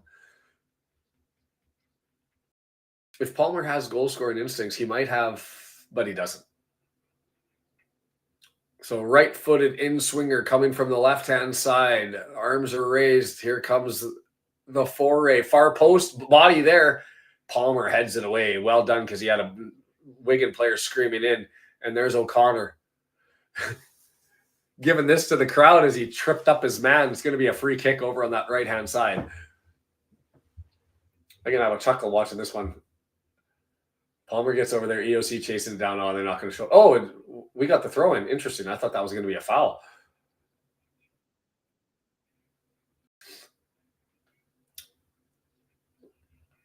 Braun stepping in front of that with the interception. Well done.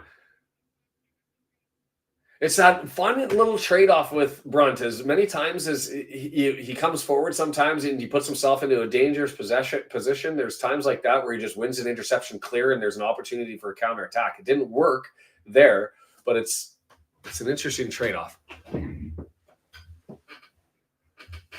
Yeah, Don Morgan, the plus of being a hockey fan, the kit's oversized. Yep. And if you buy the official, you get the tie down.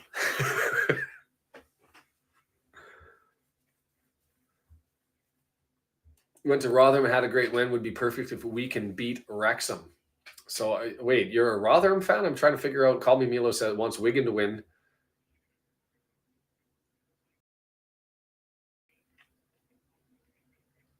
Trying to figure that one out.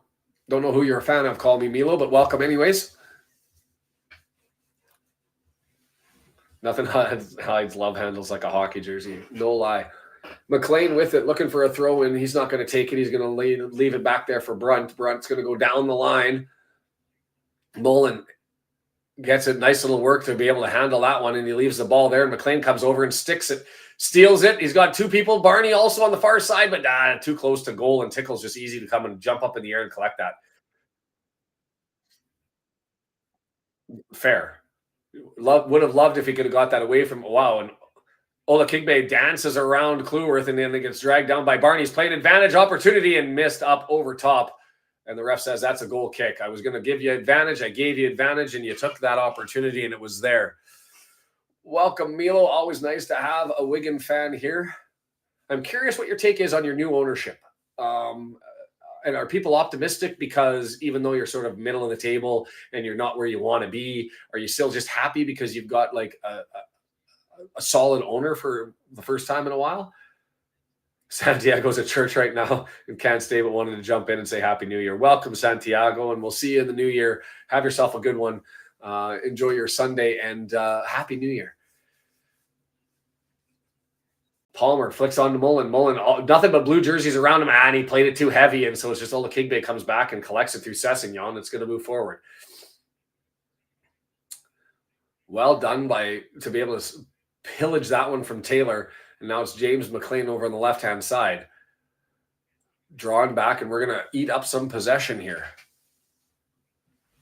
Barnsley goes up 2-0 on the Posh. Palmer sees Mullen in front of him. Tried to get it there, but again, it's just that back line. Aimson just easily collects that and advances forward to Smith, and it's up right. Palmer nicks it, pulled down, nothing given, calls it a dive. Aimson.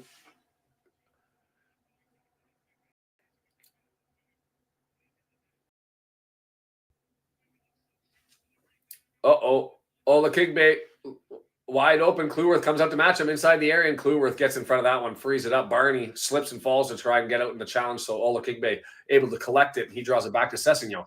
Sessignon moving, dancing, draws it back to Ola Kigbe. Had to do that because Asgard was way offside, so they decided to let him refresh, and Smith gets it over to the right-hand side. Smith, Civic, down further right to Smith. Smith dancing 18 yards, 20 yards, coming back the other way towards the middle, and he finds Sessignon over on the left-hand side. The switch on all the way over to Ola Kigbe. Barney's now guarding him. There's the cross, far post, up in the air, knocked down. Rathbone collects. And it's going to be a throw-in for Wigan. There's the comment from Northern Border, a hockey term. Ameson's a bit of a goon, but I respect his goonery. That's a fair comment. Yeah, I don't think that was a foul. Palmer, they were showing the replay there of Palmer curling away on the 18-yard box when he went to ground. No, it wasn't a bad dive. There was a collision there, just an unintentional tangle up on the legs, and away we go the other way. Reading up on Mansfield. Don't know how I feel about that one. I think I'd rather have the draw, if anything else. Maybe even a Mansfield win. But Sessignon dancing again. More control from Wigan. It's starting to look more like the first 25 minutes of the first half. Again, we've seen Wigan now twice, and this is more like the game in Rotherham than it was the other. What was the other game we watched where they looked like absolute dog's breakfast?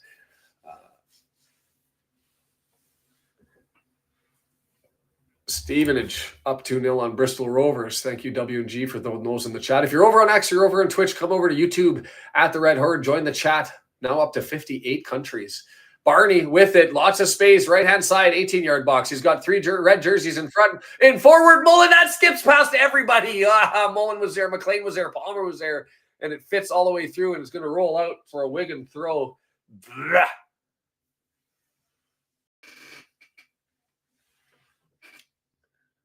Palmer misses it, goes underneath his heel. McLean's in front of it, and Mullen's too far behind it. Split, split, split. No, it just rolls out. Ugh. Old-time football. Old-time football. For people that don't know the movie Slapshot, that's the reference. Taping up the foils.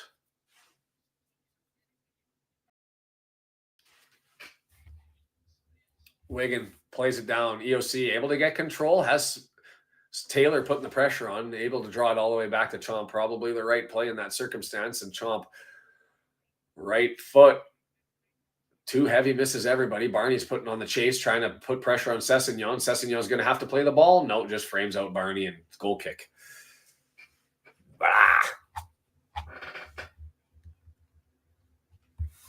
David Wood just scared the life out of my cats by shouting.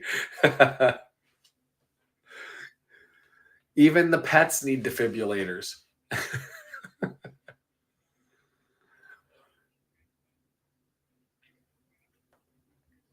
Mystery still confident that we're going to find a goal somewhere. Tickle gets us back underway. O'Connell moves it forward. Collected by Smith, and that's going to be a center back kickabout as Wigan looks to control things and move it forward as Shrewsbury. In a battle near the bottom, up on Northampton.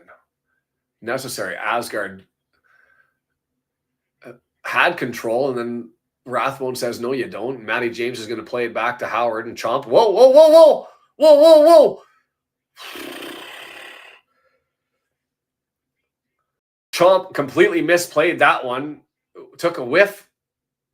Right-footed, played backwards, rolling towards goal, and not able to get to it as Taylor, as oof is the only word. Bad first touch. It is going to be a corner, a free one on the left-hand side. Right-footed in-swinger coming here.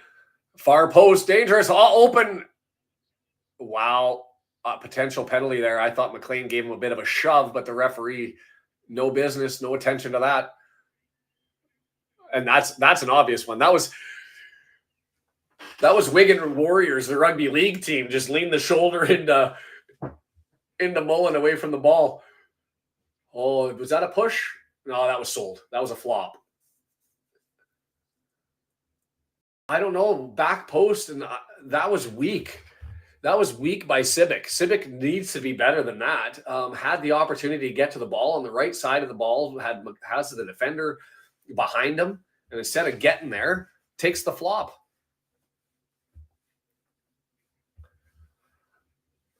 Oh, this young man has had a very trying rookie season with the litigation, the notoriety, his deportation to Canada, and the country's refusal to accept him.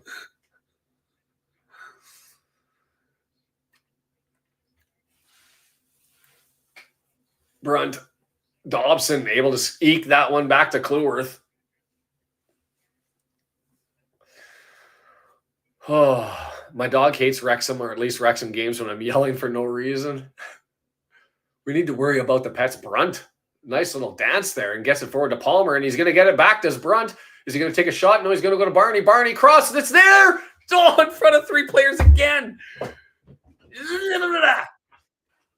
They were all right there, and Barney's saying, like, somebody get on front of the ball. Like, Mullen missed it. How did he miss that? Yep, a little bit late, and kind of, I think he got the boots a little bit into Tickle, but it's a throw in anyway. Civic's going to take it. Someone connect. Ugh.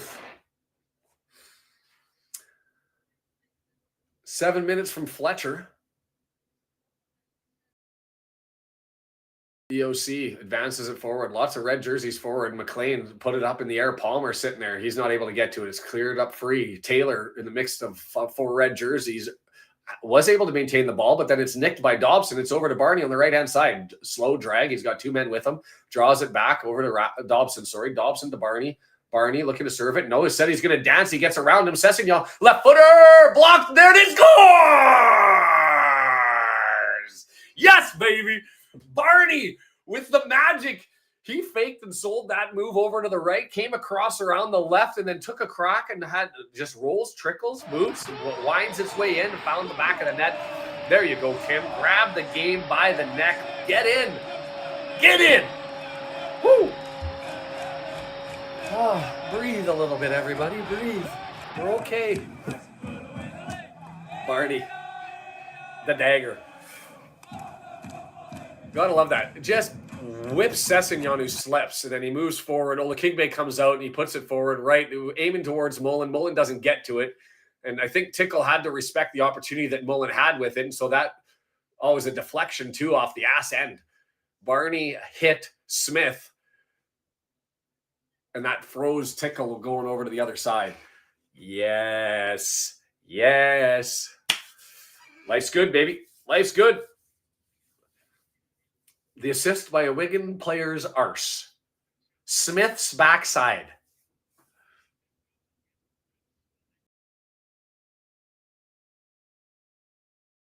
If you're Tickle, yeah, you're frozen, can't do anything about it. As Kluworth misplays that hit, and can Barney save it? Can't. So it's going to be a Wigan throw in from 8 yards out. Instead, they're going to move it further away. And who got the yellow? Did we get a yellow for something? On Barney.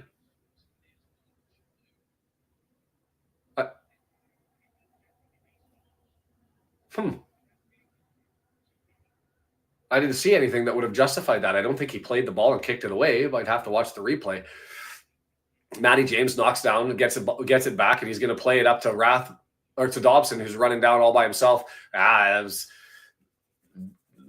was a tough pass to handle. A bullet shot over into between Mullen's legs. Couldn't knock it down. David Wood, never in doubt. Was it? Still is in doubt. Does that mean I can keep the toque off of, though? Because I'd like to not sweat if I don't have to. A 1 goal of the lead in this game might as well be 10. That's true. A little bit of get the F in there. If no one's going to connect on his crosses, just do it himself. That's it. McLean clears it, but it's still there. Bullet shot wide. Dangerous if that would have been on target. It was just wide to the left-hand side. If anybody saw what Barney did to pick up that yellow card, I still didn't see it.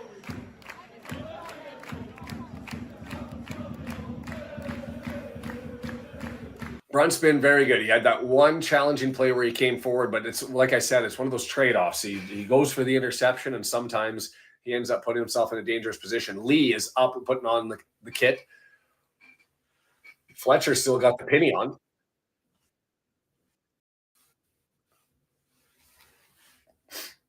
Just keep the legs fresh, I guess.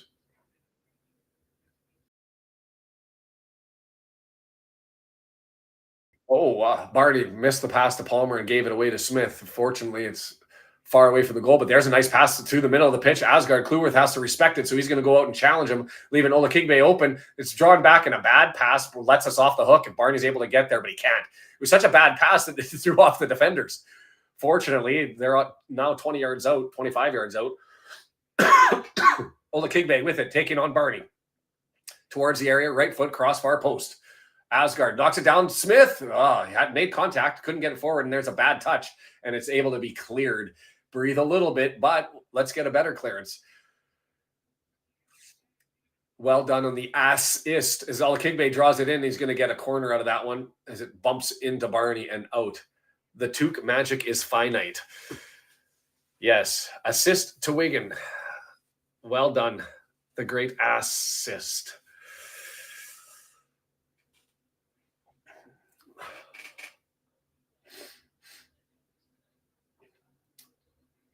Right-footed in swinger. Another corner here.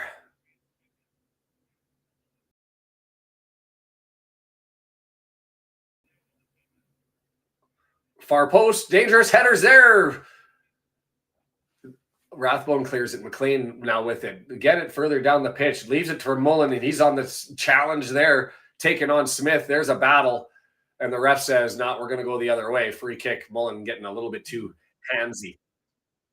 Yeah.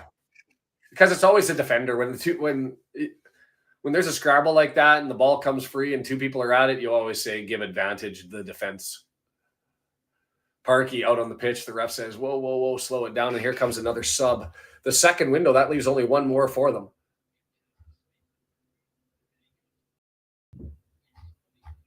I'm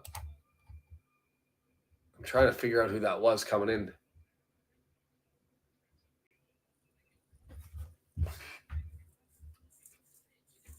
The toque should be kept behind glass break only if we're behind it at the 65-minute mark. I'm with you. Who scored? Barney, off the rear backside of Smith.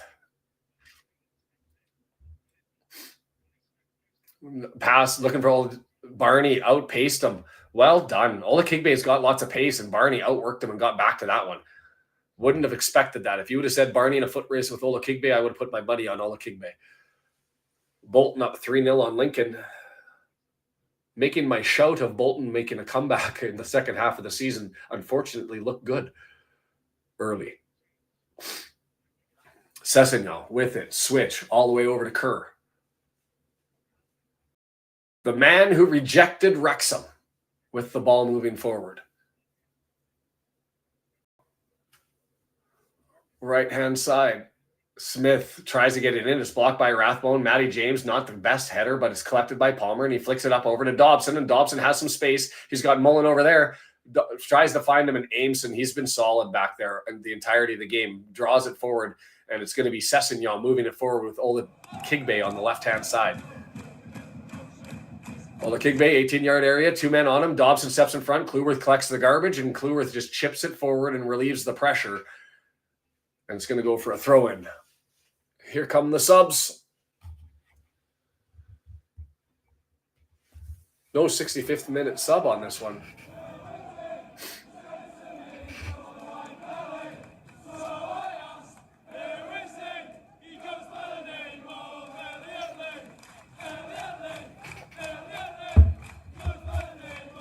I missed who came off and who came on. Silko Thomas coming in, an attacker. I'm assuming that that's going to be for Taylor. Just skipped up to second place under Birmingham. And if I think the combination is, and it might depend on the goal differential, if Blackpool is able to find one here and we can find one more, I think. Oh, they'd still have it on goals for. We'd need Blackpool to score and then somebody to find another one too, to be top of the table by the new year. But Barney still sitting down.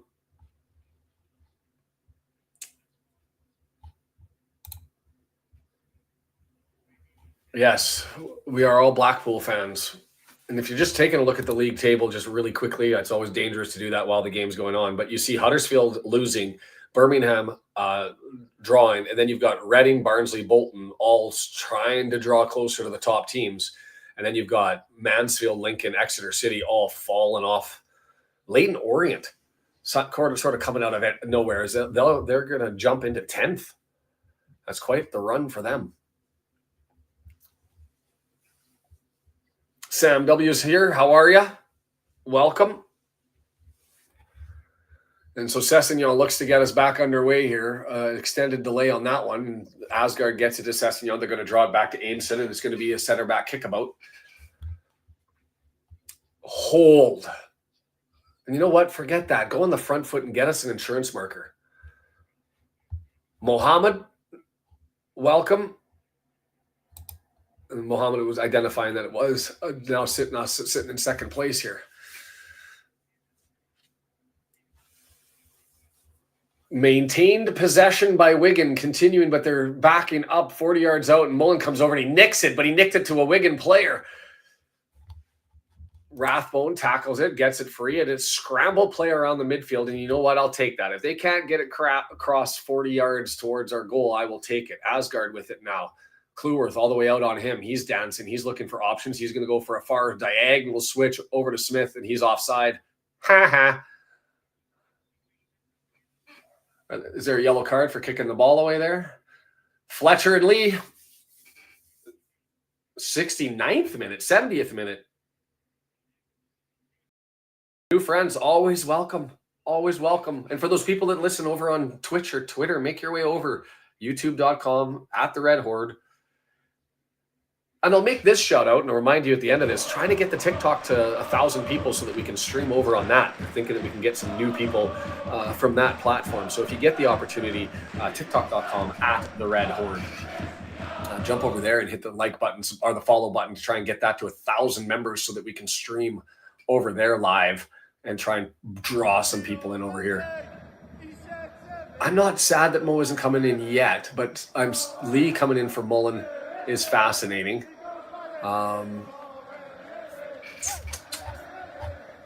So Palmer out, Mullen out. We're going to go with Fletcher up front and Lee in behind him.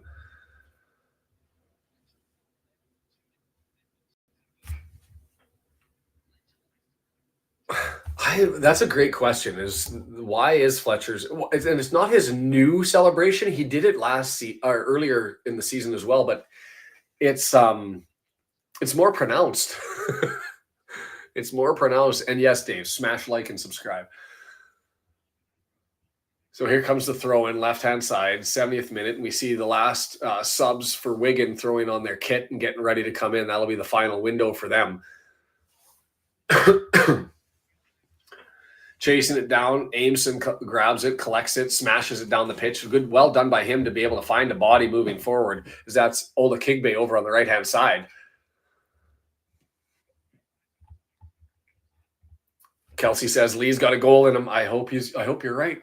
I hope you're right. Ameson, Sessignon over on the left-hand side. Don, you call it. I both.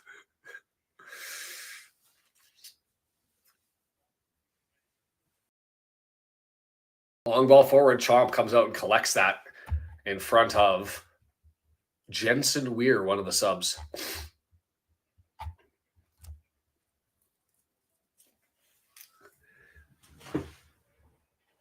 Chomp gets us underway. Long looking for Fletcher. Comes over by Lee. Not able to collect it. It comes free and over to the other sub. Silko Thomas now running. Nice little tackle by Dobson. I thought that was certainly going to be a foul, but he frees it up. And then he clears the ball up to Lee. Lee gets it over to Rathbone. He gets pushed in the back, and the ref says that's enough of the contact. First time, second time, third time, lucky. Julia. Why did I think you were here earlier? Or did you just sign up as a member and join us, which you can do down below? You just signed up, it says. Excellent. $1 down below. Keep the lights on in this place by supporting us. And you get that nice little logo by your name and get to know that you're helping us out doing this sort of thing. Show some support and let us buy a cup of coffee or little IKEA boxes and things that go on behind us.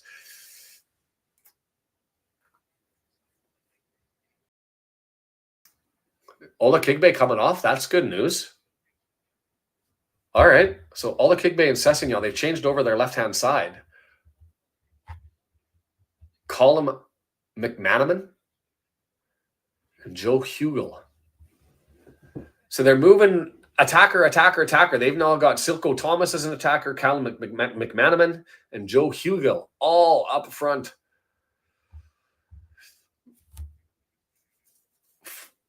Fletcher, a little bit of heavy touch, but then another heavy touch by Wigan. It's going to be our throw, and Max is looking for the ball. Take your time, ball boys, ball girls. Take your time.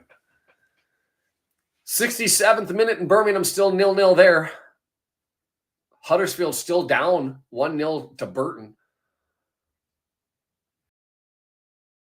Fletcher flicked on to Lee. Lee over right-hand side, just out 18-yard area, 2 yards away from the goal line. Draws it back to Barney. Well done, and here comes the cross. And it's going to go for corner. Has to be a corner. Tickle thinks he grabbed it in time, but that was the second time that he didn't. But the first time they called it properly and said that'll be a corner. David Mardones with the Argentinian flag. The Patagonia Reds present in the house for this one. David, is there a YouTube and Argentinian one? There's a Brazilian one that I see a lot, but I don't see a Spanish one. Left-footed in-swinger McLean going to serve this one up. Looking far post. It's dangerous. It's there. It bounces around, and Tickle was able, I think, to get his hand on that one. And instead, Cleworth is over on the left-hand side and draws it back. Serve it back in. Oh, that's too heavy. Too heavy. I think that was Rathbone. Rathbone or Dobson. It wasn't close. Whoever it was, that was a heavy hit.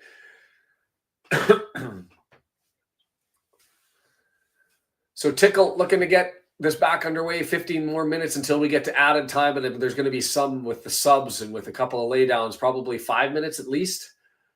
Fletcher grabs it, draws it back. Rathbone with it. He's going to play it even further back, all the way to Chomp as it's chased on there in a slip and a fall by Joe Hugel.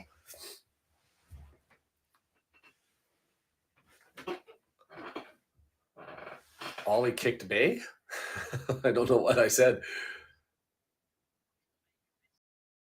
I don't understand much English, but I understand something. It's weird, but it's like that. I get it, David. I'm the same way with my Korean. Mystery, I'm greedy too. I'd like to find one, put this to bed, not have to worry about it. Although it feels like we're in control here at the moment, although they have loaded up with the forwards. They've got Silko Thomas now, who's filled in the spot for Ola Kigbe. Thomas, far post. Headed away, but back into the area, and Cleworth, could he clear it? He can, and gets it to Matty James, and Matty James, get out of here. There's a trip and a fall and a slip, and Dobson has it. Waiting, finds Elliot Lee. Elliot Lee's got Barney moving with him. That's got to be a foul. Yep. Ameson swiped out Lee. Has Ameson picked up a yellow card? Because he's been chintzy all over the place.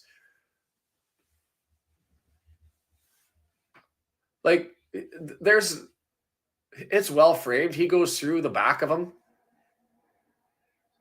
There's the yellow. And that's not necessarily because that was an egregious play that warranted the yellow, but it's just continual stuff like that that's just happened all game long. And at one point in time, you end up having to give him the yellow for just the accumulation of fouls.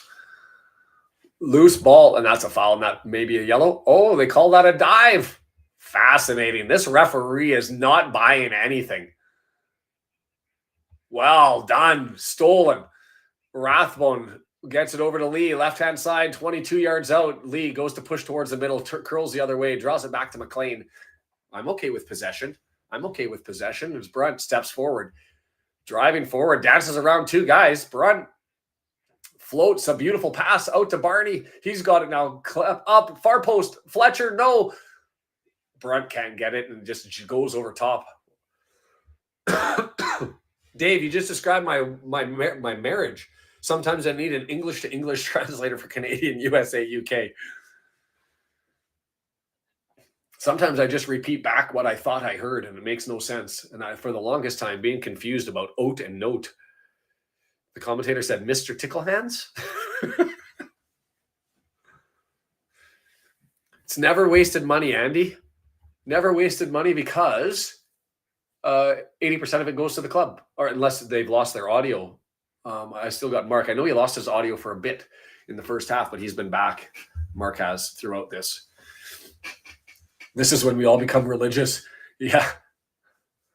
If you weren't, you become it. Ameson playing it along the line, back playing catch with Kerr. They can do that all day, as far as I'm concerned. And it gets up to Smith, who's over on the left-hand side, and draws it forward. They've reshifted things and moved it around as this gets up to Thomas. Left-hand side, he's got Cleworth marking him. Cleworth still with it, crosses in there. Nice little header away. You got to still clean it up, and there it is. McLean and Rathbone combine to get that clearance. Push it forward to see if Fletcher's going to get to it, but no, it's going to go all the way back, and Ameson's going to collect it.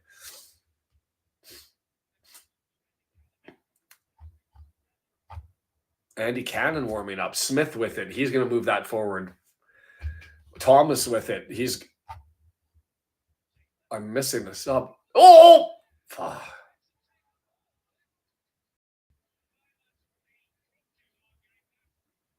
1-1.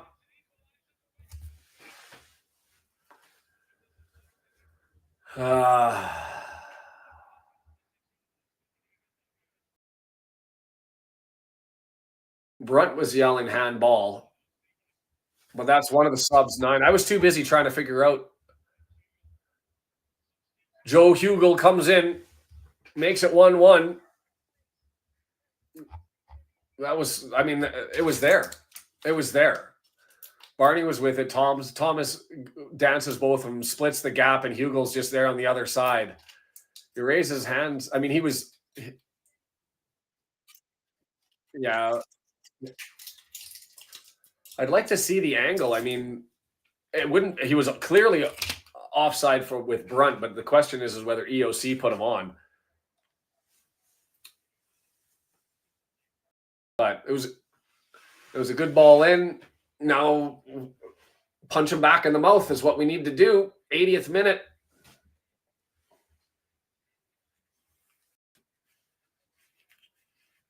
Oh, did the score go up 2-0 instead of 1-1?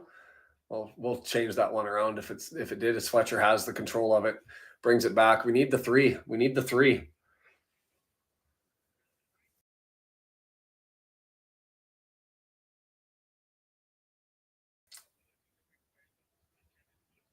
Offside, Fletcher.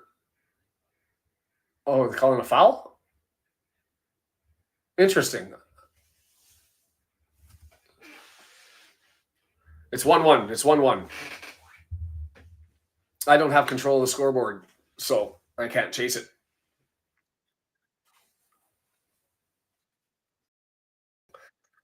Wishful thinking. So we're going to get a free kick here on an interesting one because I thought that was offside the other way. I didn't see a foul, but the lino called it, and the referee agrees. So it's going to be Rathbone stepping up. Oh, it's just single toque. I'd like to see that to see if it was offside again, but at the same time, it was just bad coverage, right? Split the gap. It was a great pass between two players and found the head of a person on the far side. Rathbone swept high, far post, battles on, Tickle comes out and collects it, nothing in it. Come on, lads. Come on, lads.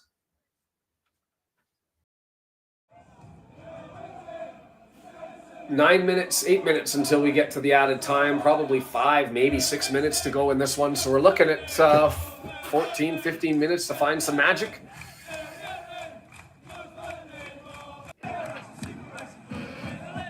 No fall coming in. We talked about it earlier. And if he was, who's he going to come in for? But I'd rather chase the 3 points.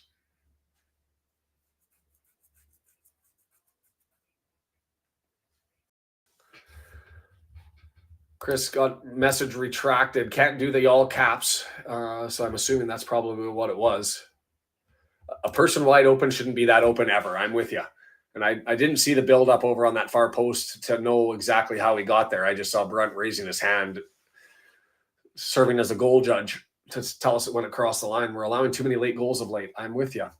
And that one I didn't see coming, to be completely frank. But they did load up on their attackers. They've still got 3 on the pitch.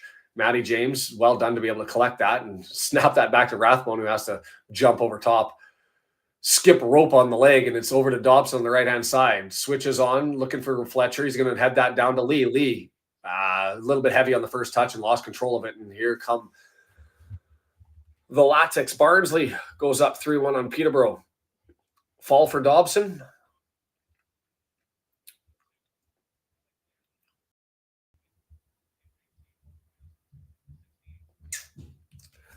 I think you take off either Brunt or O'Connell, or well, not O'Connell, Brunt probably, and you have McLean and Barney plays 4 in the back.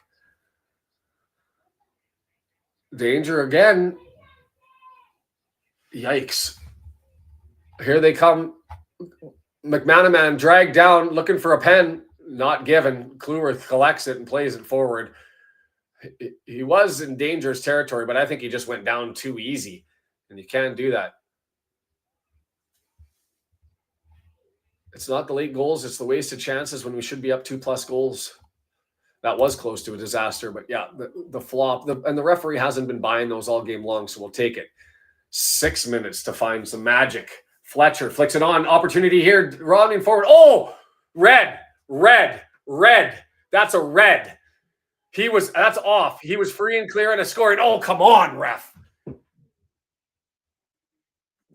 Mark says there was a center back covering. I didn't see the center back covering. No way. He wasn't over there to cover that. That was taken away from a. You can. No. Kerr says I was here and I was covering, but he wasn't in. That's a defo red. Dave 666 is with me. Mark Griffiths is in my ear telling me no. Well, let the football gods bless us here with Fletcher. I haven't seen Fletcher take this as an opportunity here.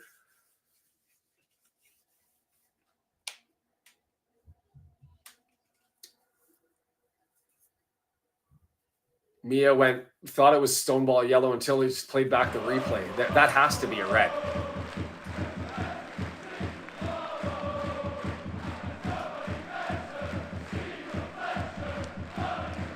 Lee standing there. Fletcher, is he going to take it? He is. And there's the shot. Oh, just misses to the right-hand side. It had all of the magic off of his foot, and you could see that curl, and it made it up. Just didn't make it back down. How far did we miss that by? Oh. 9 inches.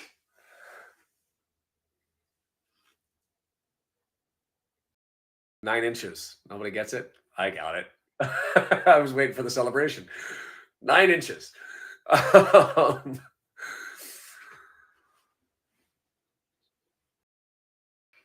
Barney tripped over himself and is going to go for a free, throw in for Wigan over on the other side.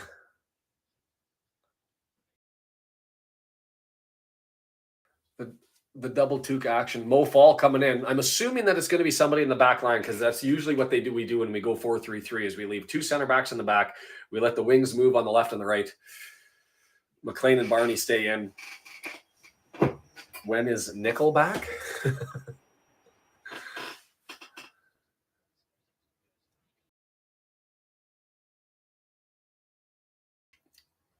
Mo Fall magic. Let's get some. Howard gets us back underway.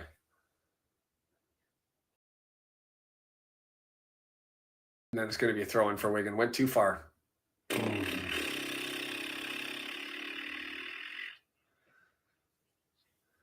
Oh, and we're going to bring Revan in as well.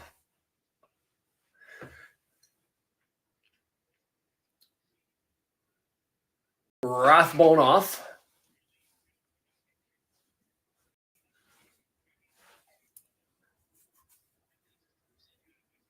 Oh, so Rathbone off, Lee goes back, Fall goes forward, and Revan goes in for Barney on the right-hand side.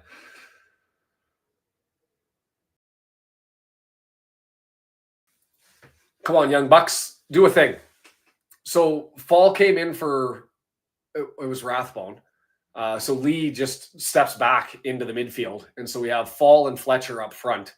We've got Lee and Dobson and Matty James in the midfield. And now we've got Revan over on the right-hand side. Hey, Susan, thanks for joining us. We're getting close to this one as it moved forward to Tickle, and he's going to grab it. And they say that should be a pen in the...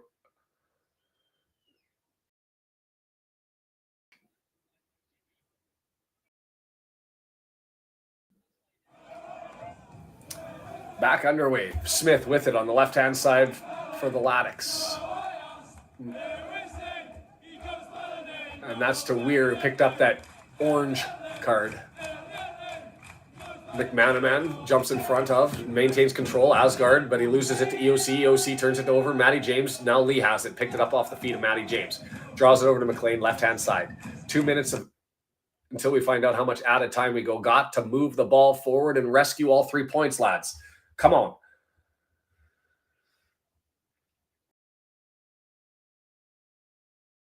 Fletcher bumps that in the air, maintains it, keeps it to himself, gets held, draws it on over to Lee. Lee's got McLean left-hand side, moves it over. What was that?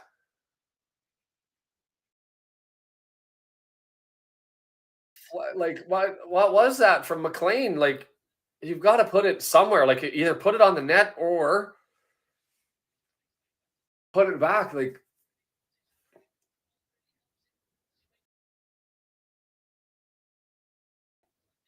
they're singing James McLean. Why would you be? I wouldn't be singing after that attempt. I'd be. This is why I'm not a gaffer, because I pull the goalie for. No, we've got Chomp. You can have him go all the way forward. He's a goal scorer. He should have taken that free kick. Revan, how much pace do you have? Not enough. He did. Come on, boys. Lots of time in that Bourbon and Blackpool game. They're only in the 83rd minute. That one. Matty James, Dobson able to steal a possession. Dobson is. Matty James grabs it. Find out how much added time that we get here. EOC looking long down the field, chipping, looking for Fletcher, and stepped in front of, but Lee's able to come and collect it. Gets it over to James McLean. Redeem yourself, sir. Serve that up. Left footer. Fletcher chests it down. Left footer scores! Woo!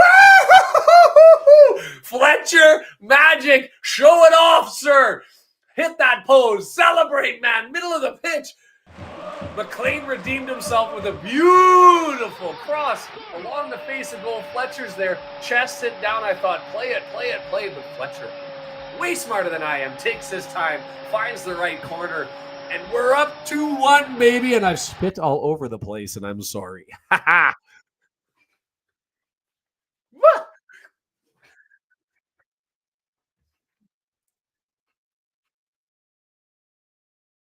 Yeah.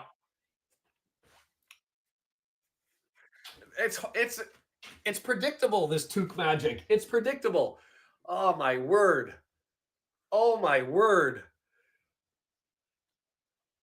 Chest down, left footer. Squeezes in and limbs in the cop. Tickle thought for sure he was going far post. Oh man, I love it. Who are ya? It is the toque.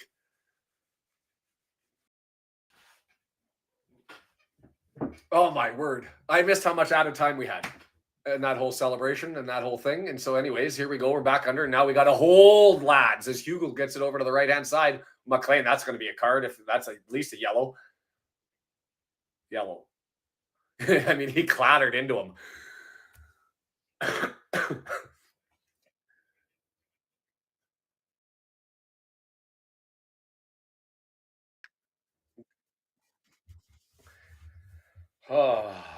Sean, we'll get you calling it the toque yet. Not a bubble hat. We'll call it a toque. Got to stick with the Canadiana. It's still a dangerous opportunity as there's lots of blue now forward. This is going to be 17 yards out. Going to be a right-footed, I guess you could call it an outswinger, although it's not going to be swinging that far out. What did they say? 6 added minutes? Yeah, expected that. So we're 2 minutes in. This is the big opportunity that we need to defend. Get it clear here, lads. And it's free, and EOC plays it forward, and Mo Fall's going to put the legs onto it.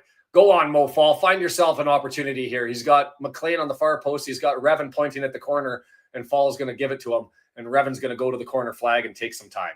Just eat it there, sir. Play it up and hold him off. You bet. All day. Tick, tick, tick goes the clock. Tick, tick, tick goes the clock.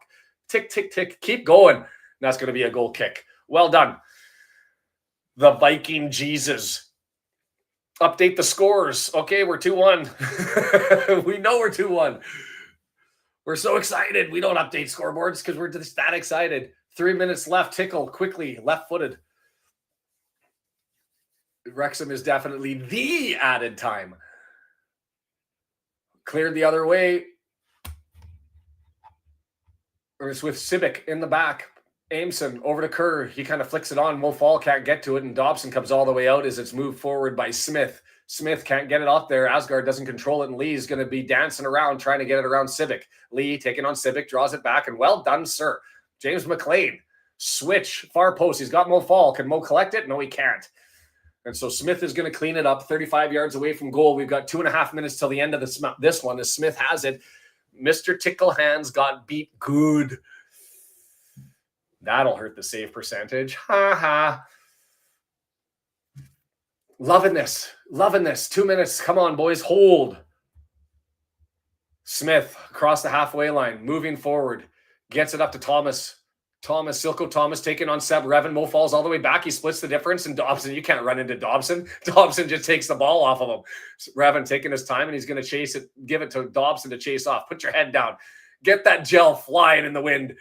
Gets up there on Kerr. Kerr has to play it all the way back. I am a handsome man in the toque. The toque makes it all. It brings out my eyes. brings out my eyes. A little bit of fire. Whoa. Asgard undercuts, and we're going to get a free kick out of that one as he took out the legs of, I think that's EOC. No, it's Brunt. Whoa, next kit will be sponsored by The Added Time. Nothing but magic. Oh, my word. Exeter came all the way back on Crawley. What?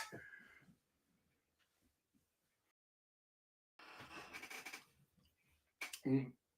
95th minute. We're ticking away here, Blads. Let this thing go as Chomp. Check the air on that ball.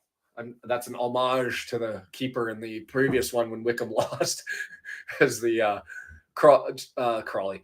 The Charlton Athletic fan, our goalkeeper, kept testing the ball pressure. Too much from Chomp. It's going to go out. Throw in. Ball boy, a little bit too quick on that one. Didn't have to play it that quick, sir. But it's going to be Smith looking to get this in. Come on. The Exeter scoreboard is absurd. Down 4. Was it 4-1 or 4-0? Come all the way back. Scottish Viking Jesus glory.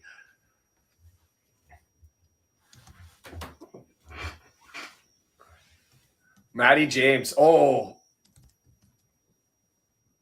Free kick. Had to give it as Matty James got stepped into.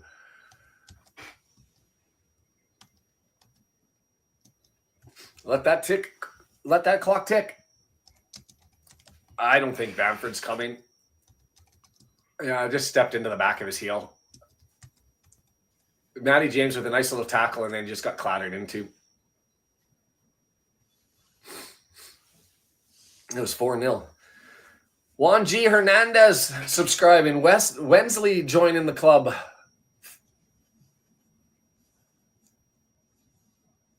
Been a good day for the team. It's been a good day for the channel. It's been lots of fun all day long as that hits the back of Kerr, the man who rejected Wrexham. EOC punts it the other way. The ref looking at his watch. They're trying to get the ball. The ball boy's not helping. And they're just going to throw it in. And this. They're going to give a chance. Here it comes down the pitch. It's going to be Smith. Has it. Left-hand side. Thomas. They're going to get another opportunity. 18-yard box. Oh, Revan goes too far. Thomas gets him again. Dobson goes out, grabs it, and is that going to be a corner? Pickle's coming forward. Everybody's coming forward. The last chance. We're 7 minutes in. He wasn't on the floor, on the deck for that long. What are we doing here?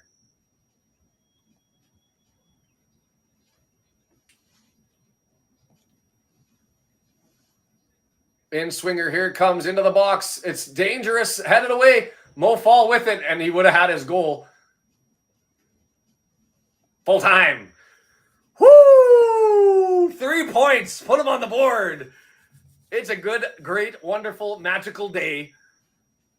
Fall with the open net attempt, but missed it anyways. But you'll take it. You'll take it. They pulled the goalie.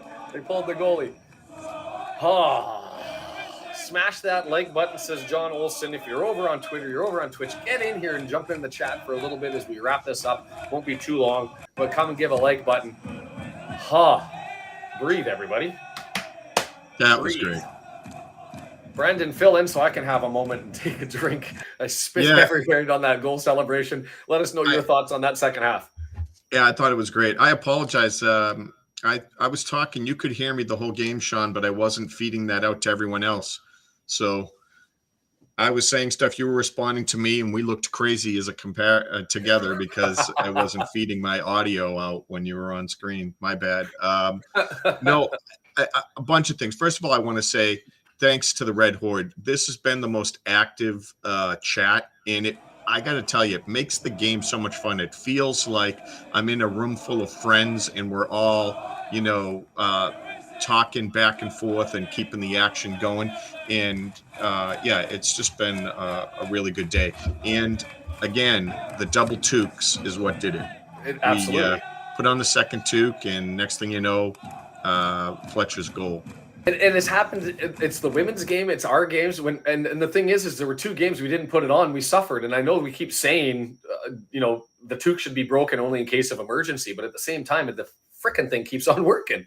every time we put it on. This has been an awesome stream, and I'll echo what Brendan said. Is it's been fun following the chat. I feel a little bad for whatever reason that we haven't got the in-feed comments that have been going, and I'll have to figure that out. But at the end of the day, that was an amazing, fun, entertaining game against a defensive team that we were able to break down twice. That second goal from McLean, who just had an absolute debauchery of a cross earlier, and you get that one, and I called it. I was like, redeem yourself, and absolutely did.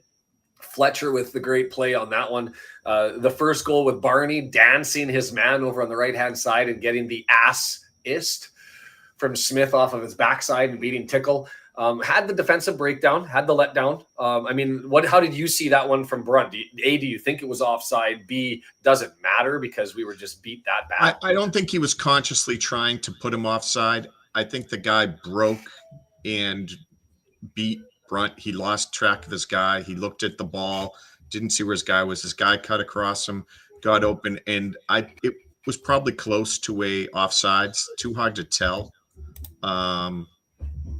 But yeah, he blew the play, and then he put his hand up, and he might have been right, but it wasn't because he purposely took the guy offsides.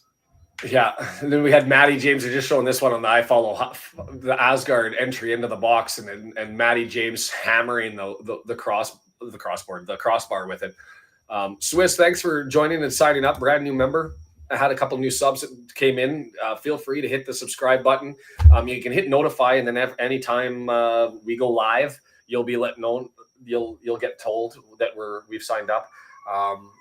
Just a fascinating game. Just saw the Barney goal on iFollow there as he danced his man, ran in the corner. He was on target. Some great crosses through. He missed three guys three times. One of them, Mullen, I don't know how he missed it. Was going to ground, couldn't get to it. And on that one, Mullen, I think, probably would have been there had the pass / shot gone through. Didn't have to touch it, as that was an assist that just bounced off his butt and made its way in. And then you've got, what do you say about Fletcher? Every time he seems to come on, it's another level. It's another bit of magic. We were just talking about his quality and why you have to keep him over Palmer. Yeah. And he does stuff that other guys can't do out there. The play that was even more spectacular than that one was one where he took a high ball, he brought it down, he swung it around, made a great pass. It got kicked out. One more pass out to McLean, and McLean boots it out of bounds. But that kind of skill we need that. We don't have it. And maybe he can't play more than 20 minutes, but it's an incredible 20 minutes. And you can't just let that guy go without, a significant replacement for him. So there's Jason, tough match, but Scottish Viking Jesus pulls out a win again. Needing a goal in the last 10 minutes. We know who the sub should be. Fletcher, man of the match. We haven't even talked about man of the match. You go through things. Dobson, clearly the star, but let's pull that up and make. I don't know. Maybe he was late. There was tale of two halves. He wasn't even playing in the first half. It was all McLean and Rathbone, and then they disappeared pretty much in the second half. So yeah, so Dobson had himself a whale of a game. Obviously, you got to put Fletcher in there because he had himself a goal. Who else are shouts for potential man of the match? Rathbone was solid. Brunt was really good. Let's put Brunt in there. Brunt and Barney. Brunt, Barney. And we'll let you guys have a say on who the man of the match should be. Get your stuff in there. And then do we go through the Discord also up in the pinned comments? Feel free to hit that one. Fletch for show. Fletch is man of the match. Why is everybody saying MATM? Am I missing the joke here? Man of the match? Oh, Matty James was a good show, Travis. Yeah, maybe missed that one. Huddersfield with a late one. So let's see what that does to things. So that gets them their draw, saves them a point. So they're now 4 points back of Wycombe, 5 points back from us, but with a game in hand. Stockport, you look at things, Stockport, again, earlier in the day, they ended up with a 1-1 draw away to Rotherham. And so they've dropped 2 points. And for them, they're now 6 points back, and Huddersfield has a game in hand on them. That split between 1 through 4 is certainly there. The difference being Bolton, who beat up on Lincoln City, finding a way to continue to climb the ladder slowly. And oddly enough, so is Leyton Orient. And they came out of nowhere. And I'm curious here as I go through. They've got points in the last 5. I just kind of want to go through. They've beaten Cambridge, Crawley, Barnsley 4-0. They drew Burton. They beat Wigan 2-0. They beat Bristol 3-0. So that's 6. So they've gone on a bit of a run here. Points in 8 of their last 9. That's the MATM. Giselle, you've cursed it. We're gonna have to come up with what that acronym could be, because everybody just sort of followed what the man of the match should be as MATM. Do we go through the stats here on this one? Sure. Yeah, I got them up. All right. Possession 53-47. Expected goals more for them than for us, and I'm assuming that that's because of touches in the box. 31-7 being the touches in the box. 10 shots apiece, 3 of ours on target. Interesting that you give the XG on that one when they've had 2 big chances and they missed 1 of them. But only 1 shot on target, but still up there with the XG, I guess, because they got them into dangerous territories and they thought they should be there. Fouls committed 13-6, and the corners 8-2. 8-2. So in good stead as far as that goes. I'm taking this thing off so that I don't sweat too much. Pull that one down. My hair's a mess. I don't care. What else can we go through on this one? I mean, does it really matter? We had more shots outside of the box. They had more shots inside the box. 7 inside the box, 31 touches total. And what we said at the start of this whole process was Wigan, for whatever reason, struggles to find the back of the net. They're getting opportunities. They're able to possess the ball. They're passing solid. They're not a team that throws in a lot of crosses, and they're not a team that finds a way to finish. And that, I guess, hurt them today. I do think in the second half we were a lot more threatening. I haven't looked at the momentum meter, but let's just have a quick look. Is it still up? I don't see it still being up. But what I find interesting is you look at the FOTMOB players, Dobson first, Barnett second, Brunt third, Rathbone fourth, Clueworth fifth, McLean sixth, Fletcher seventh, James eighth, and then you get to Hugill, who fits in ninth, Howard 10th, EOC 11th. I mean, we dominated them as far as individual play goes, and RKO slept through. Oh, man. 0 losses in December, a great end to the start of the first half of the season. We're in the automatic promotion spot. Yes, Wycombe still has a game in hand, but we're in the auto spot at the end of the first half. That's where we want to be, and we're upwards and onwards. Should we have a look at the table? Yeah.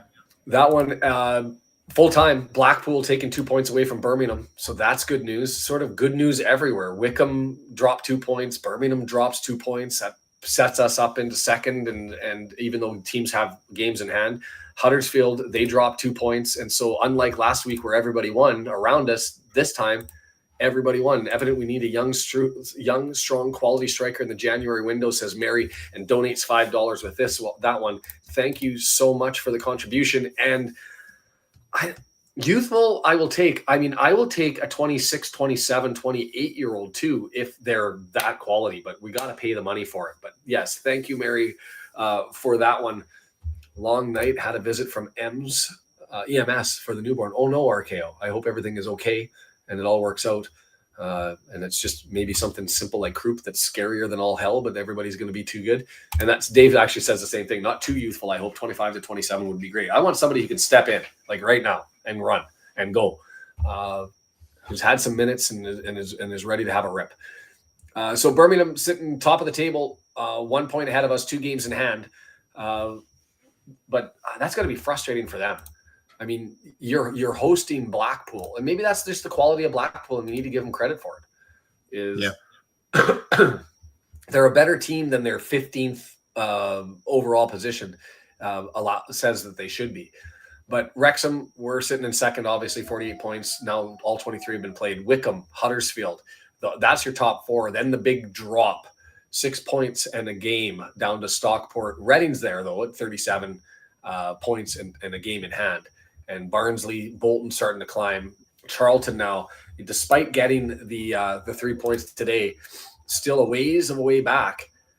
At what point do you end up saying the runway is too short? Well, it's way too soon now, and we've seen that with Doncaster. We saw that with Charlton last year. There's still opportunities to turn things around. Kim wants a 27-year-old Stephen Fletcher. Can we find a DeLorean, throw him back, go and grab him, bring him up, bring him down from Scotland early, and have him do his thing? He's good. He threw up and was choking on mucus, but we got him sorted. Good stuff. I will take that RKO, and thinking of you and hope all the things are good.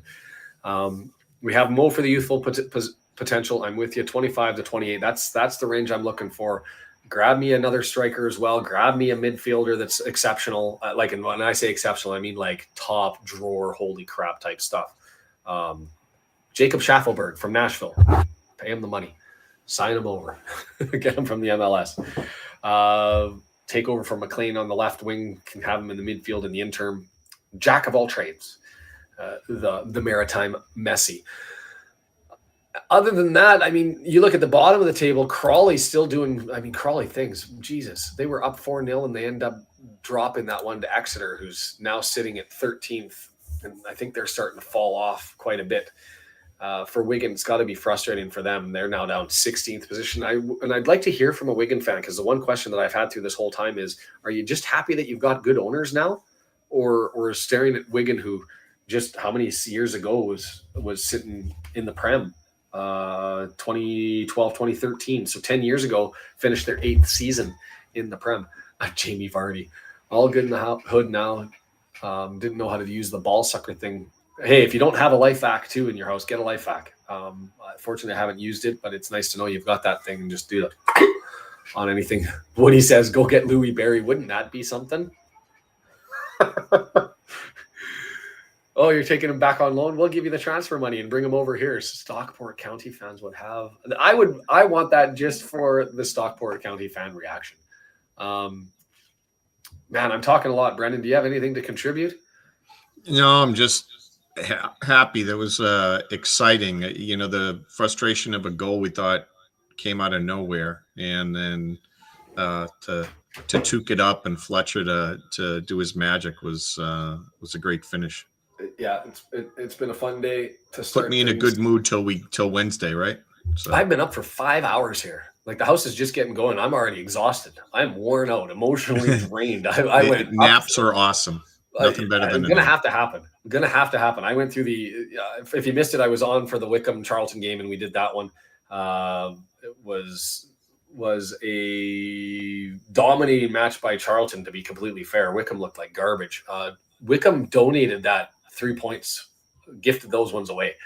They didn't start their best player in Kone, and they suffered for it. And when he went on, if you want to go and watch the highlights to that one, by the way, and watch Kone beat the absolute crap out of Mitchell with a spin move, had Mitchell going the other way and scored an absolute beauty. I haven't seen a defender get beat that bad in a long, long time. But yeah, Don says Stockport fans would have a literal conniption if that were to happen. And what are the dates of the transfer window? From the 1st to the 31st.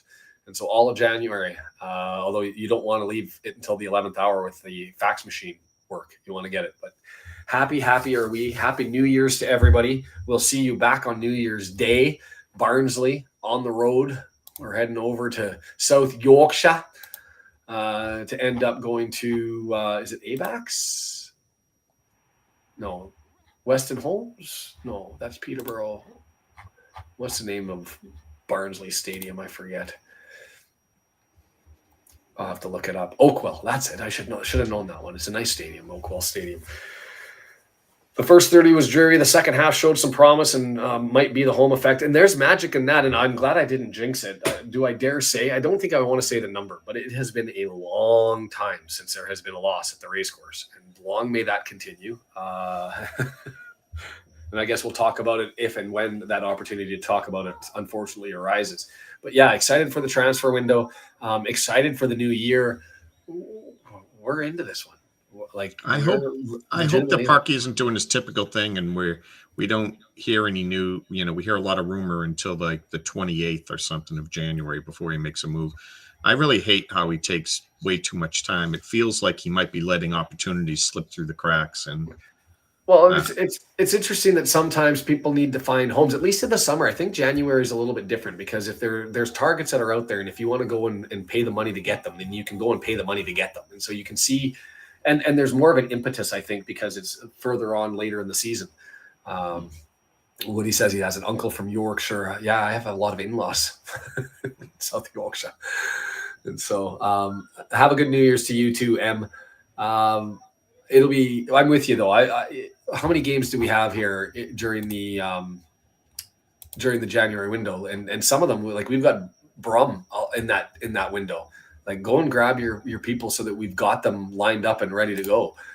We obviously, you're not going to sign them for Barnsley, but you've got Barnsley, you've got Peterborough, you've got the Port Vale, call it the round of 16. There's no excuse to me that if they haven't been searching a top tier championship, player or unused Premier League player, they should have already done that. They should have been using the work that they did in the summer. They should have had a good start on that stuff. They should have been talking to people, know who might come, what it would cost. And now they just got to pull that trigger. There's no more doubt whether or not they should spend that extra money. They should have had a wish list of, if I'm going to throw away a lot of money at this, here's who I'm going after. And now with the new ownership in, the extra money, the possibility of potentially getting an automatic, now's the time. In the first week, they should be spending it. They should be bringing someone in, a difference maker, period. 100%. I don't disagree. And if you look at the schedule, we've got 3 games, 2 league games, hot and heavy here, right? We've got Barnsley and then we've got Peterborough. And then you've got the trophy match, which, it is what it is. You're probably not going to put out your best roster, but you're going to be getting closer as we're getting further along in that competition. But then you've got Shrewsbury on the 16th. So we're going to go into Shrewsbury, Derby, always a big match, even though they're closer to the bottom of the table. And then you've got Birmingham coming to Wrexham in the racecourse. And then you follow that up with Stevenage and Crawley Town, Leyton Orient, Northampton Town, a little bit of a softer schedule through February than that middle of January. I want those players in by the 16th. So how do we make that happen? We should already know. It should just be a press the button. And if we get a little hosed, we get a little hosed. It's more important to get them in early. Yeah. I'm okay with being a hoser on this one and getting a little hosed. Yeah, they can get the better of one deal. Get the better of one deal. Yeah. Oh man, it's been a fun day. The chat's been flying. Everybody's been having a good one. I kind of don't want to end it, although I can hear the kids rumbling and taking care of things downstairs. Hopefully, Mom's with them and they're not causing havoc without me. Always the nervy part of the day when you can hear them going and you don't know who's awake and who's not awake. I don't even know what to contribute to this one. We went into it knowing that Asgard was going to be solid. I don't think he was exceptional in this one. He was good.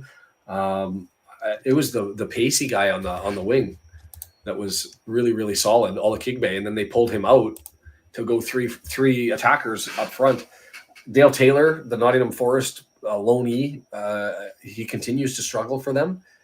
I hope they turn it around until we end up playing them again as part of the run-in, really. April 21st, they are April 12th. They're our 5th last game of the season. We go to Wigan.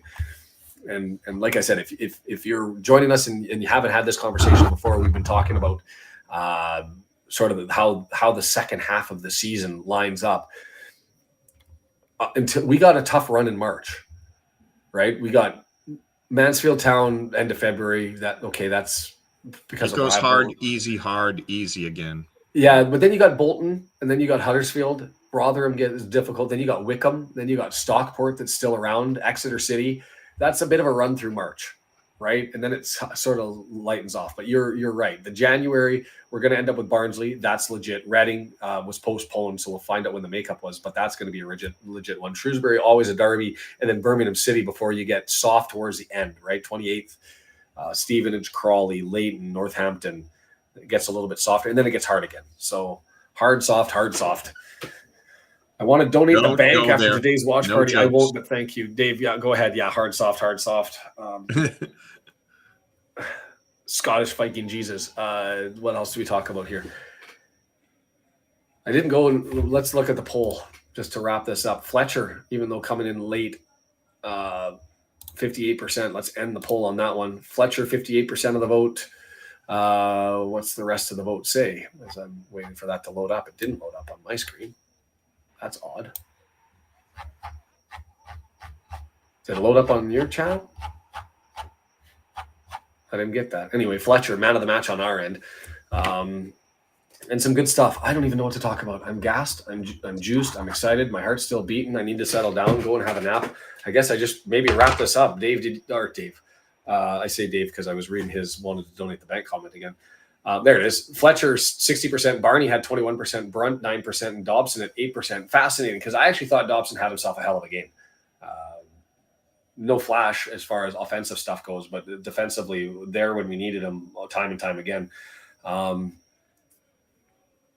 Final thoughts from you, Brendan, before we turn this one over? Let's keep it rolling. Let's go in there and let's do some damage in Barnsley. Come away with 3 would be just awesome. For sure. Do me the favor, everybody. 2 things of if you haven't hit the like button below, hit that. If you want to hit the notify button, go ahead and do that so that you know that what videos are coming. If you want to donate and join, do the $1 coffee thing, feel free to add that and hit the little join button on the bottom and you can do that. Also, our sponsors, special thanks to Ultimate Promotions, bringing out these ad-free all season long. They make these pins, ultipromo.com, ultimatepromotions.biz. If 48 years of experience, free artwork, free shipping, they'll set you up with everything you need, whether they be the pressed pins, the soft enamel, the hard enamel. You want to get those metals. They're looking to make more of those and do them on a discount to try and get more into those. They've if you're looking for pin trading for your club, for your organization, for your team, for whatever it is, go and reach out to them. If you're looking for pins or badges for work or whatever, go ahead and do that. And the New Year's resolution, yes, the New Year's resolution should be join the Discord, share more photos, and we'll bring those in as we go along through this journey of developing our watch along and all the stuff that has to go on behind us. To everybody, whether you're over on Twitch or X, come over and to YouTube at the Red Horde and hit the subscribe button. To everybody that made this one such a fun one, this was an enjoyable game, both for what happened on the pitch and what happened off the pitch. And I'm thankful to everyone. I hope everyone has a safe New Year's, and we see you back here on New Year's Day for the trip against Barnsley and into Oakwell Stadium. Have a good one. Happy New Year, and we'll see you. Take care. Bye.